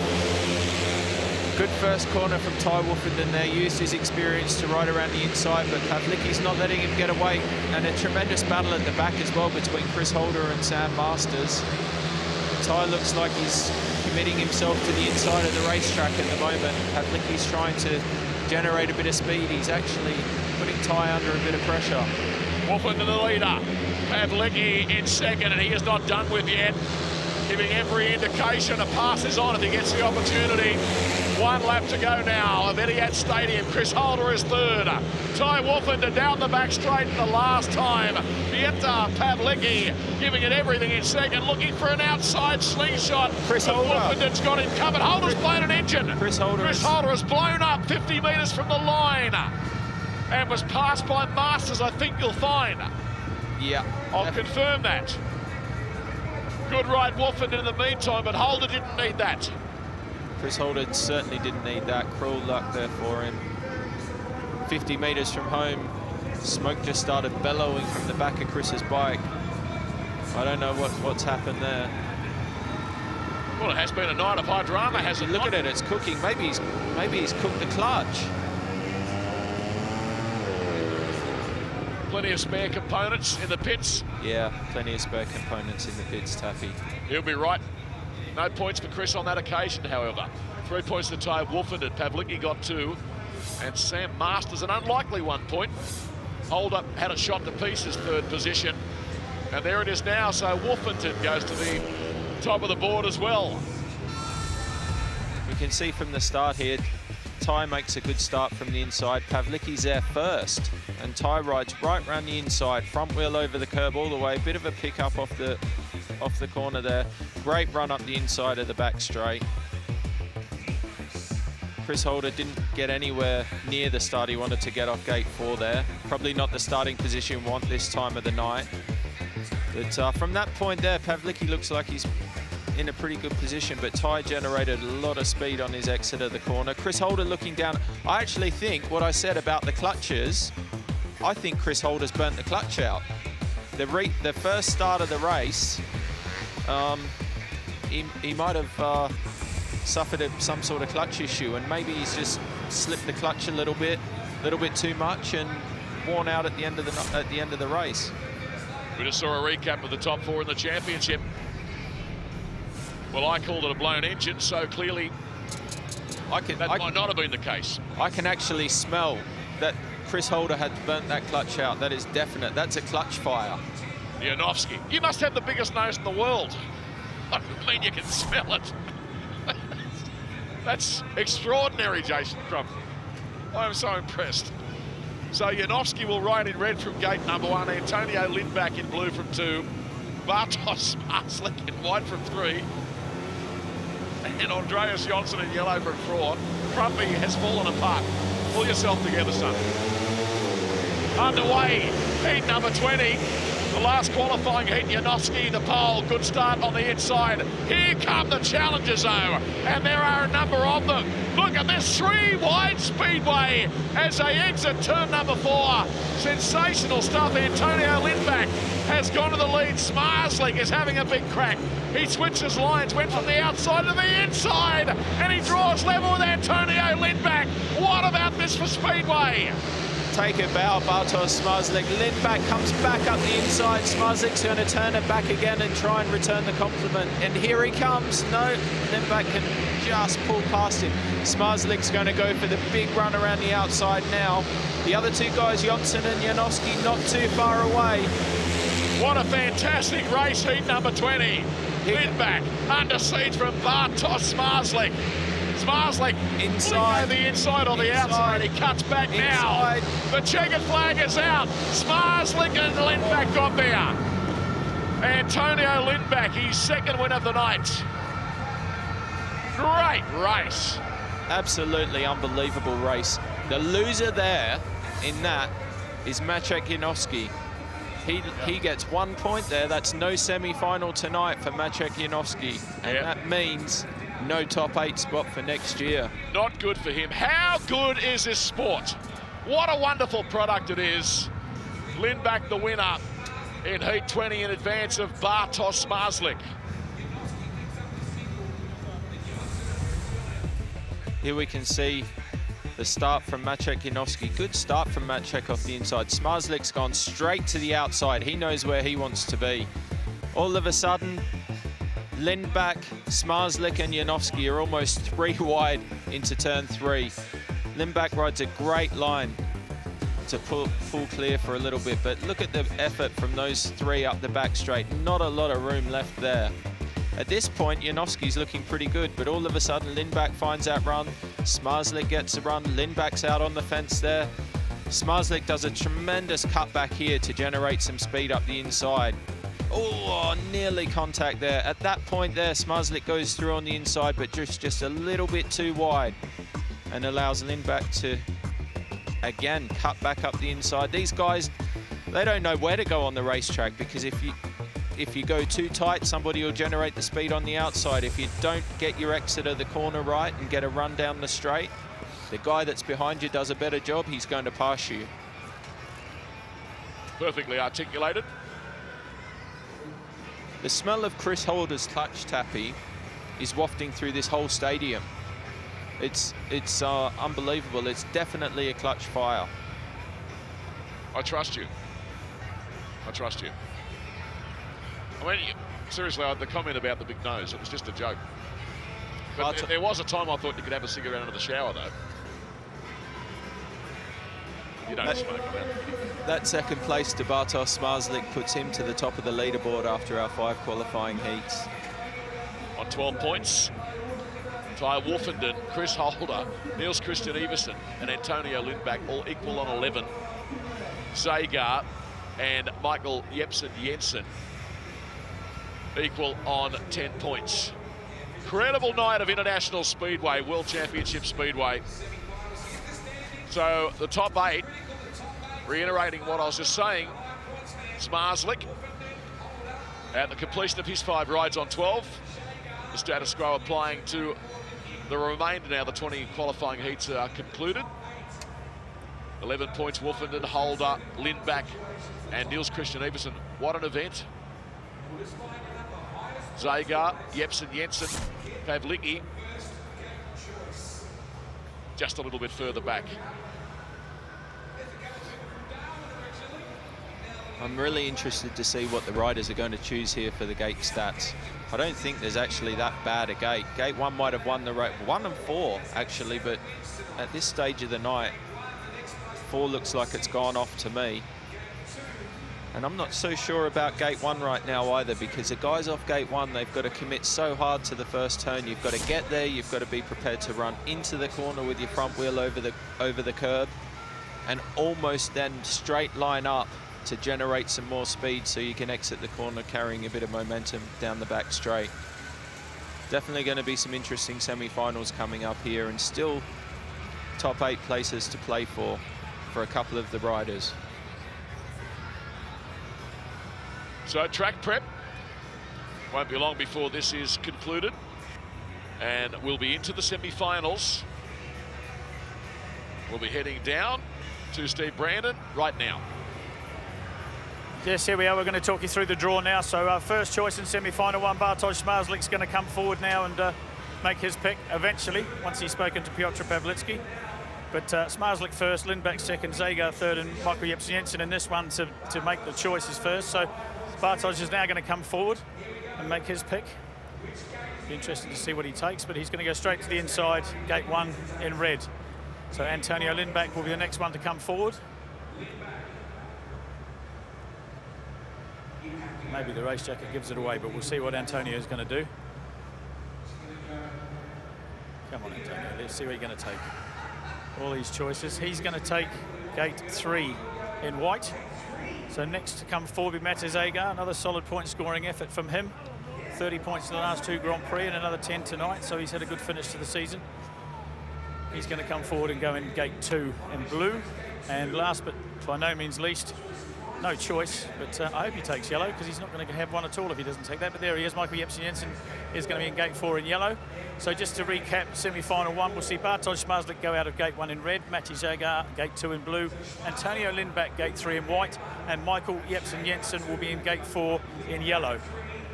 So second choice now. So Ty Wolfenden is going to come forward now. First pick in semi-final 2. He's going to make no surprise, and he's going to go from gate 1 in red. Chris Holder, who had a burnt-out clutch in his last ride, he's coming forward now with his choice. Solid finish to the season. Hope he can cap it off well. Again, a little confused, these guys. They're a little tricky, but gate 2 in blue for Chris. Niels Christian Iversen. All these guys forcing ways and looking for top 8 finishes and automatic qualification for next year. He's going to go from gate 4 in yellow. And Piotr Pawlicki, who's come in with 8 points, is the 8th place qualifier tonight. And he is going to have gate 3 in white. So just to summarise the lineup for semi-final 2, Ty Wolfenden red, Chris Holder blue, Piotr Pawlicki white, and Niels Christian Iversen yellow. Some difficult choices, Jason. Yeah, definitely, Steve. I'm the biggest surprise there for me is Niels Christian Iversen choosing gate 4 ahead of gate 3 in the second semi. The rest were probably a little bit predictable. Maybe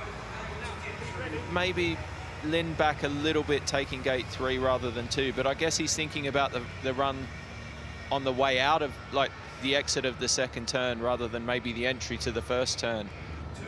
Semi-final number 1 comes your way. Top 2 here to transfer through to the grand final tonight. It's impossible to predict anything with a degree of confidence such as the depth and the standard of racing we've seen in this event so far. So a wonderful field of riders on the circuit now to do battle over 4 laps in semi-final 1. Now the starters in this race: Bartosz Zmarzlik from Poland, red from gate 1. Matej Zagar from Slovenia, blue from gate 2. Antonio Lindback, white helmet colour from Sweden, gate 3. And Denmark's Michael Jensen in the yellow helmet colour from gate number 4.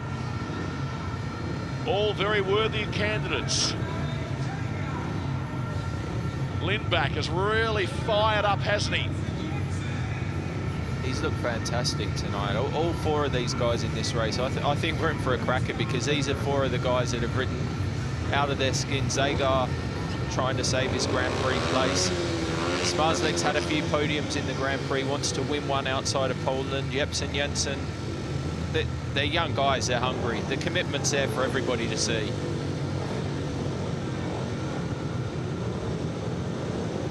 Not far away from the start. Plenty on the line here. If you look at Matej Zagar from Slovenia, closest to camera is Bartosz Zmarzlik, the pole. Been so good tonight. The taste blows Zmarzlik away okay.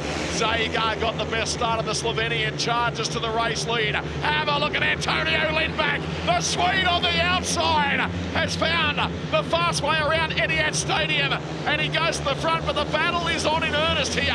Matej Zagar in second, Bartosz Zmarzlik in third, and Jepsen Jensen out the back. What about this for Speedway? Zmarzlik up the inside into second place, but Zagar's hit the dirt. Back past Zmarzlik on the outside. These guys are racing for keeps here. Zmarzlik on the outside trying to generate some speed. He's past Zagar again. Great racing. Antonio Lindback is the leader. Bartosz Zmarzlik into second. They will be moving through to the final if they stay there. Zagar will give it everything inside the last lap, but he's too far back. Jepsen Jensen is a long way back in fourth. Antonio Lindback, his first lap was electrifying. That set up the winner. He takes it and moves through to the Australian Speedway Grand Prix final. Bartosz Zmarzlik will join him by virtue of his second place here. Matej Zagar will be very disappointed. And Lindback's bike's broken down after the race. That's not what you want before the final. What a race, Tappy, what a race. Zmarzlik again, not great from the start, generated his speed, passed Zagar, lost the second place to Zagar, passed him back again. All behind that man out front, Antonio Lindback. He's come on strong, he's looking very, very quick. Yeah, Len, it was a conservative start to the night for him. Lindback, in his opening ride, he only got 1 point, third. And he's just gone bang, bang, and got better and better throughout the course of the Grand Prix. And that's the way you want to do it, because you want to make the big final and you want to win the big final at the end of the night. How good was the first lap of that race? That was one of the races of the night so far. We can see from the start, Zagar gets away, he gets over the top of Zmarzlik. Lindback hasn't even bothered. He's gone straight for the outside line. First past Zmarzlik, then past Zagar. Tight turn here. Zagar's tried to push him out, but that's where Antonio wanted to be. And at this stage in the race, you're thinking that those two are away. But here comes Zmarzlik right round the outside of Zagar to tie up the crucial second spot and put himself into the final. But a great ride from Lindback, and you can see what it means to him there. He's happy as, look at him. Great job by the Swede. So semi-final number 2 is next. This promises to be every bit as good.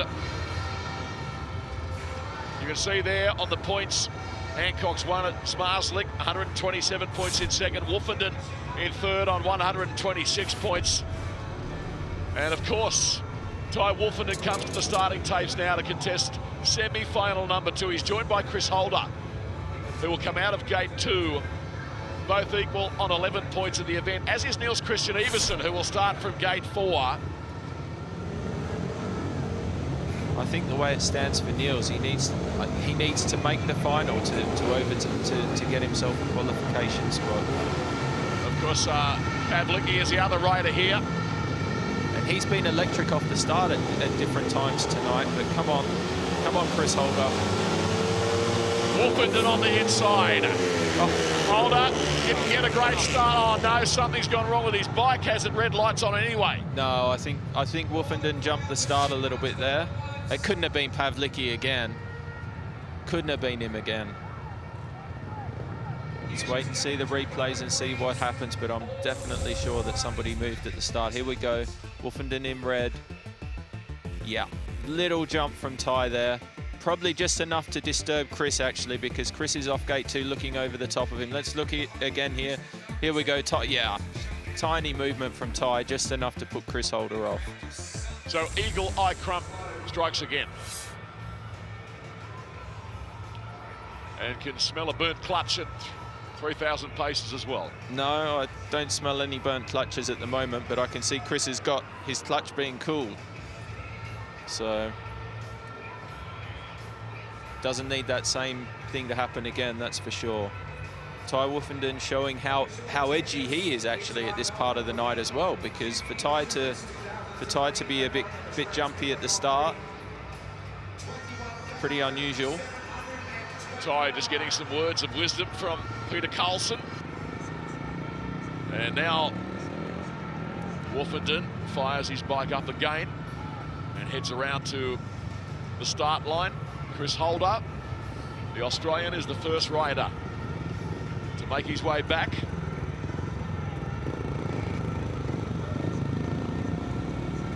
Grand final berth up for grabs for the first two home here.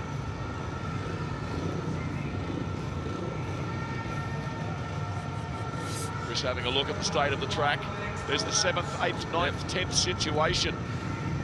There we go, that's how tight it is. Niels needs 1 point to stay ahead of Matty Zagar. Otherwise, there'll be a runoff. If Iversen's last in this race, we have a runoff between Iversen and Zagar for the last spot. Wolfenden in red, Holder in blue, Pavlicki in white, Niels Christian Iversen, the Dane, in yellow from gate 4. Wonderful sporting theatre under the big roof here at Etihad Stadium. The business end of the night. And the business end of the season, of course. Second semi-final. They're gone. Even start Wolfenden again. Well, Holder okay. Pavlicki cuts back and moves into second. Niels Christian Iversen looking for racing room. Wolfenden the leader. Here's Holder. Chris Holder on the inside, explodes out of the pack. On the inside of Ty Wolfenden, nothing between them. Wolfenden across the start-finish line, the leader. Holder desperately looking for grip. Up high on the track, he saw what Lindback did in the previous semi. He's going to have a go up there too. What a race here, Jason. Go Chris Holder, he's generating the speed on the outside. He's overtaken Ty Wolfenden on the outside. Terrific ride by Chris Holder. You can see he's got speed tonight. You can see he means business. Niels Christian Iversen at the back racing for his Grand Prix future here. He's cut back up the inside of Pavlicki here. Should put himself into third place, but Pavlicki's turned back and he's trying to get up the inside again. Yeah, Pavlicki's almost there. Iversen's raced in. Meantime, Holder enters turn 4 the final time. He takes the win in semi-final number 2. Wolfenden second. Niels Christian Iversen was third. He got the 1 point he needed. That puts Niels Christian Iversen in a top 8 automatic qualifying spot. But what about the ride from Chris Holder? Generated his speed on the outside. Great to see. I haven't seen Chris... Tell you what, Tappy, I haven't seen Chris Holder ride like this for 3 years. I agree. I agree.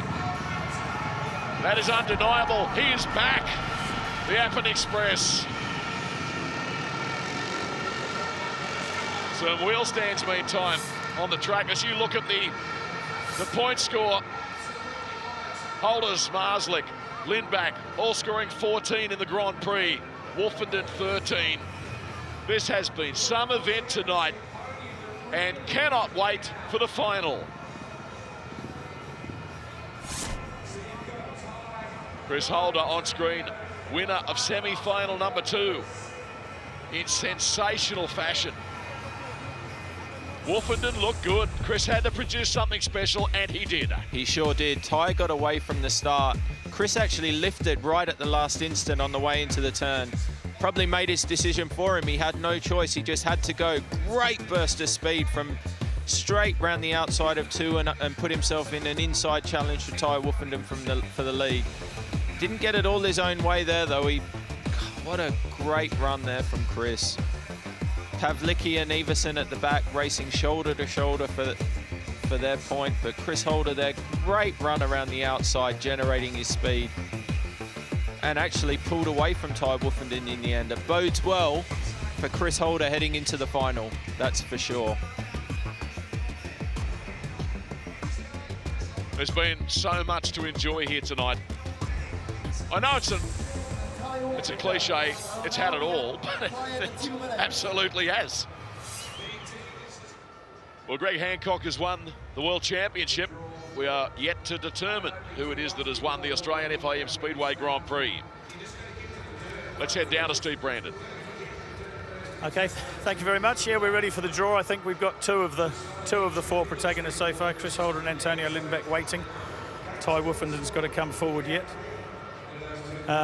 Yeah, I'll catch my breath myself, but what a meeting this has been. So we've got Bartosz Marslick's arrived now, so if you're happy, I think we'll get these guys underway. So we'll get Chris Holder to come forward and make his pick for the final.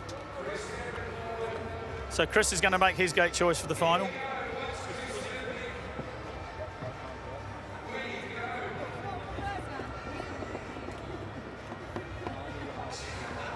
So Chris is making it a tough choice, but he's going to have gate 1 in red.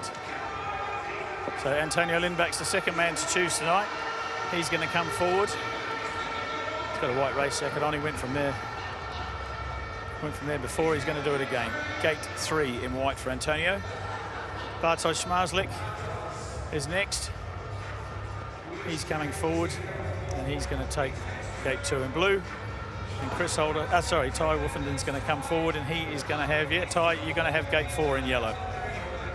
You may not want it, but you have no choice. So just to recap the final of the 2016 QBE Insurance Australian FIM Speedway Grand Prix, we're going to see Chris Holder in red in gate 1, Bartosz Marslick in blue in gate 2, Antonio Lindback in white in gate 3, and Ty Wolfenden in yellow in gate 4. I can't believe Marslick's thinking about changing bikes before the final right now out on track. He's surely not. Well, that's a big call. Unless he'd already made the decision to change one, and he is now thinking I might go back on the original. No. Because that would be quite extraordinary, a decision like that. Probably been done before. I'm sure Thomas Goller's probably done it before, but he hasn't done it. He's back on the same bike, and Chris Holder's doing some work down there on gate 1. He needs a great start, and let's hope he can get it. Here we are. The final is next at Etihad Stadium. The grand final of the QBE Insurance Australian FIM Speedway Grand Prix. Australia's Chris Holder, red helmet colour gate 1. Poland's Bartosz Marslick, blue gate 2. Sweden's Antonio Lindback, white gate 3. Great Britain's Ty Wolfenden, yellow gate 4. A gripping night of international speedway. It all comes down to this. The Aussie, first choice of starting gate by virtue. We forgot to talk about one thing, Tappy. Ty Wolfenden and Bartosz Marslick are racing for the silver medal as well. Yeah. Chris Holder doesn't care about any of that. Lindback doesn't care about any of that. They want to win the Grand Prix. The other 2 guys have got medals on it. Here we are, the final.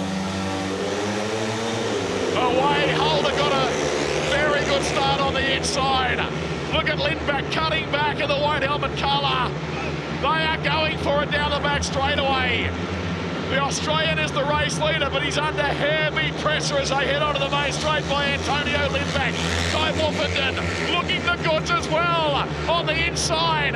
Wolfenden moves into second spot. Smarslick is out the back. A great race between Antonio Lindback and Ty Wolfenden. But Jason Crump, Chris Holder's the leader. All I can say is just hang on to it, Chris Holder, and keep it going, because it was a fantastic start, a great first turn. And Chris Holder just needs to win this Grand Prix tonight so we can see the best of Chris Holder in the next year or two. The Admin Express, Chris Holder across the start-finish line, 1 lap of the Etihad Stadium to negotiate. The second place rider has not given up the chase, but Chris Holder, what a night it has been. As he heads off turn 4, he wins the Australian Grand Prix. The Aussie takes victory in his home Grand Prix. That has got to be as special as it gets in sport. Fairy tales do come true. The hairs on the back of my neck are standing up. I feel for Chris Holder, I'm so happy for the man. He's what he's been through with the injuries he's had, shown tremendous character to come back from that. Great ride. The wind's been on its way, and I'm so pleased for him. It's so good. Well done, Chris Holder. Oh, it's hard to find the words here. Yeah, mate, I am so pleased for Chris. I've got a lump in my throat the size of a watermelon. And I'm guessing that ties up the silver medal for Ty Wolfenden and bronze for Bartosz Smarslick. So Ty Wolfenden runner-up in 2016, that has been confirmed. I'm so happy for Chris Holder. It has been a long time, as we told you before the race. 43 Grand Prix without a win. On top of the world in 2012. Then his world fell apart with very serious injuries that a lesser man would have considered quitting the sport. And he admitted yesterday he did consider quitting the sport. Such was the severity of the foot injury he sustained. And that is special. Incredible event. So the final result in the finale of the Australian Grand Prix, Holder 3 points, Wolfenden 2 points, then Bartosz Smarslick officially placed third. But Holder, his tally for the event, 17 points. Ty Wolfenden 15.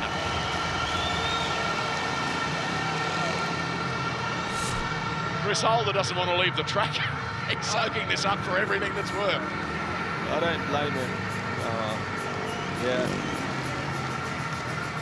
Jason Crump is very happy beside me, ladies and gentlemen, wherever you're watching around the world. I just want to watch the replay of this start, because Chris made a great start from gate 1, knew what his plan was, into the corner tight, straight up to the dirt.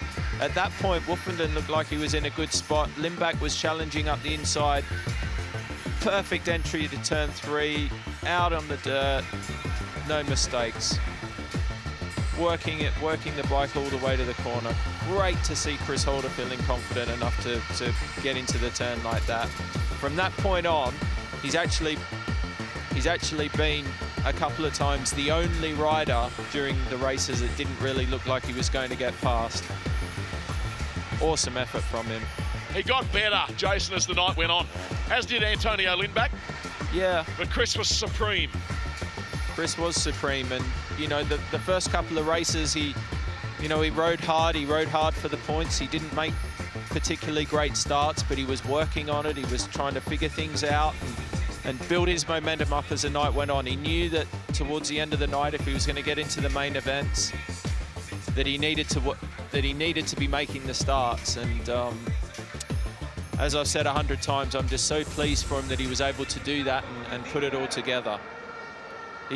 This is going to be one of the most emotional victory podiums, I think, that we've seen for a long while. That was his 5th Grand Prix victory in his career.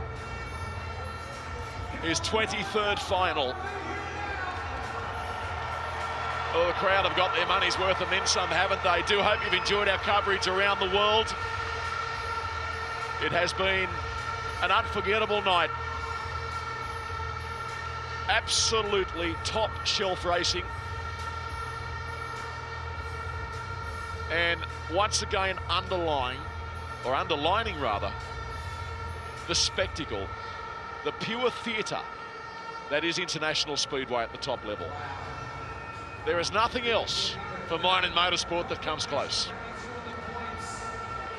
Let's, without any further ado, hear from the winner here tonight. Chris Holder, Cardiff 2012, far too long ago. This pisses all over that, mate. This is awesome, man. I've been working my butt off to get to this back here, and you know, sometimes you're chasing your tail and don't think you're getting anywhere, but that's so good. I'll forgive you, people. I'll forgive you for those words, but we spoke yesterday about a number. That number. That one. Your 43rd Grand Prix since that victory in Cardiff. There's an omen in there. Oh, you come and see me today and said, you know, this is your number 4, this is your 43rd Grand Prix, and that clicked something in my head maybe, and he's here tonight, floating around, and you know, I could cry, but this is unreal, and that's for you, D-Dubs. Just to finish the season on a high, the winter break to regroup and come back strong in 2017. Yeah, man, it's Yeah! oh, good. Thanks, man. Yeah, I've had, you know, the roughest few months that I don't even want to talk about, but, you know, this is a big FU to that. And just last question, to be able to do it here in front of the family in Australia? Oh, man, they're everywhere. They're hanging out the box up there. I got some over the start line, and we'll be celebrating tonight, that's for sure. Congratulations, enjoying the national anthem. Great job. I hope Maxi's at home watching me, buddy. That's for you too, man. Yeah, Maxi, Chris's young son. We'll recap the championship standings at the end of an enthralling 2016 FIM Speedway Grand Prix World Championship. Greg Hancock, the title holder, 139. Ty Woofenden securing second here tonight, 130 points. Bartosz Zmarzlik on the podium, 128. Chris Holder just outside the top three, 126. And Jason Doyle, Jetta Pavlicki, Antonio Lindback was the next man.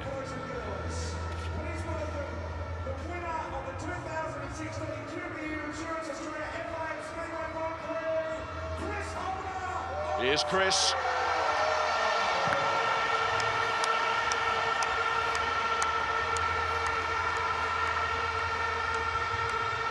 From his perspective, that is exactly what he needed to re-establish himself at the top of his game.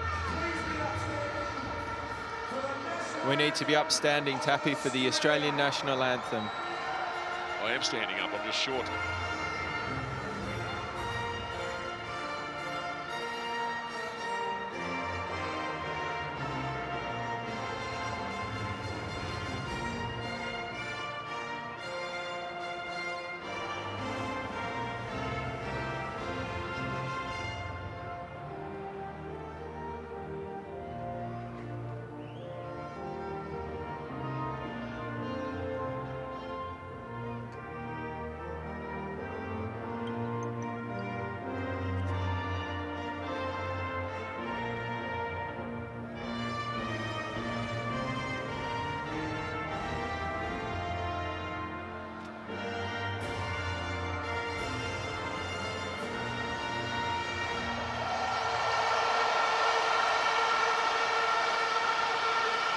How good is it? So Chris Holder, the Australian, storms to victory in his home Grand Prix. Given what he's been through, it's extra special. It's been a long while for Chris. It's 4 years. It's 4 years ago. I was in the last Grand Prix he won. That's how long ago it was. Ty Woofenden securing the silver medal. Wrapping it up tonight, of course, in this final round of the championship.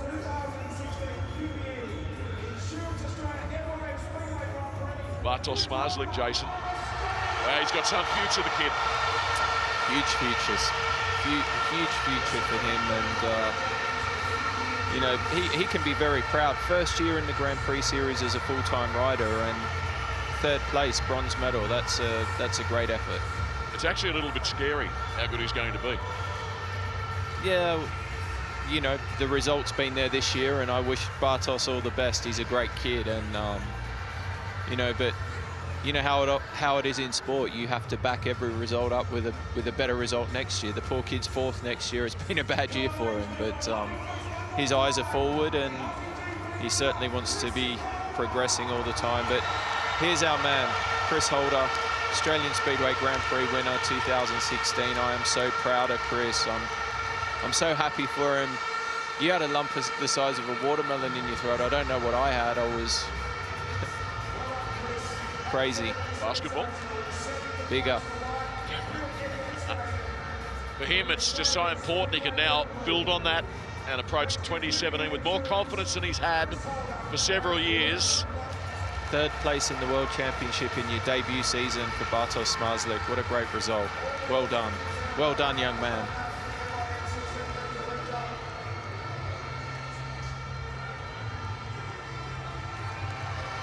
While the presentations are going on, Chris Holder's making his way over towards the crowd, actually.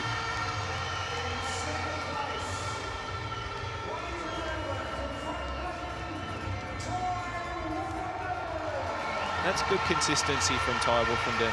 World champion last year, backing it up with a silver medal. Takes some doing. A couple of years in a row on the podium. Not an easy thing to do that, that's for sure. Great effort by Ty.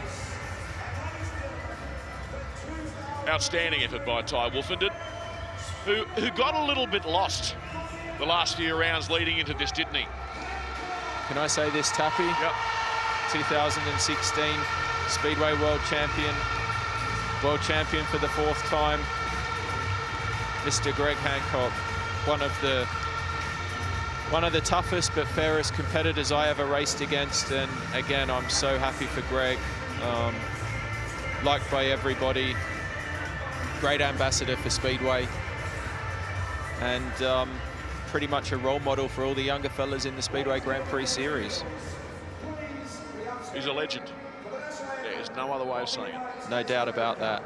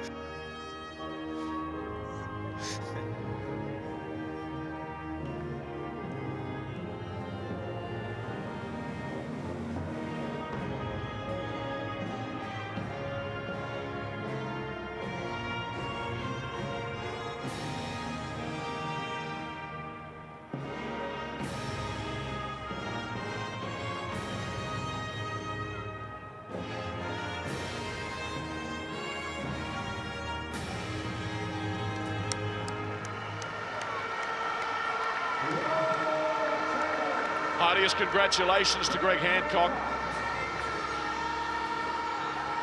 Has been so outstanding for so many years. First came to Australia in 1995 as a part of the inaugural Series 500 International Speedway Masters. Returned a couple of times thereafter. And of course he won the inaugural staging of the Australian Grand Prix, held in Sydney in 2002. Then a 13-year break before the world's biggest circus returned down under with the staging of last year's event here at Etihad. He won that too. Tonight, just a bizarre set of circumstances involving him, but no one in the world will begrudge him the moment he currently enjoys. A nicer human being you would never meet. Great competitor as well. Fair but hard. And here comes the champagne for the boys.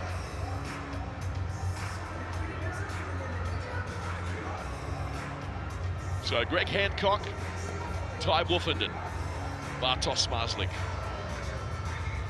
The top three in what has been an epic season. Bigger and better, the 2017 Speedway Grand Prix Series promises to be. A number of key dates already announced. Likewise with the Monster Energy World Cup, World Team Cup. So much to look forward to.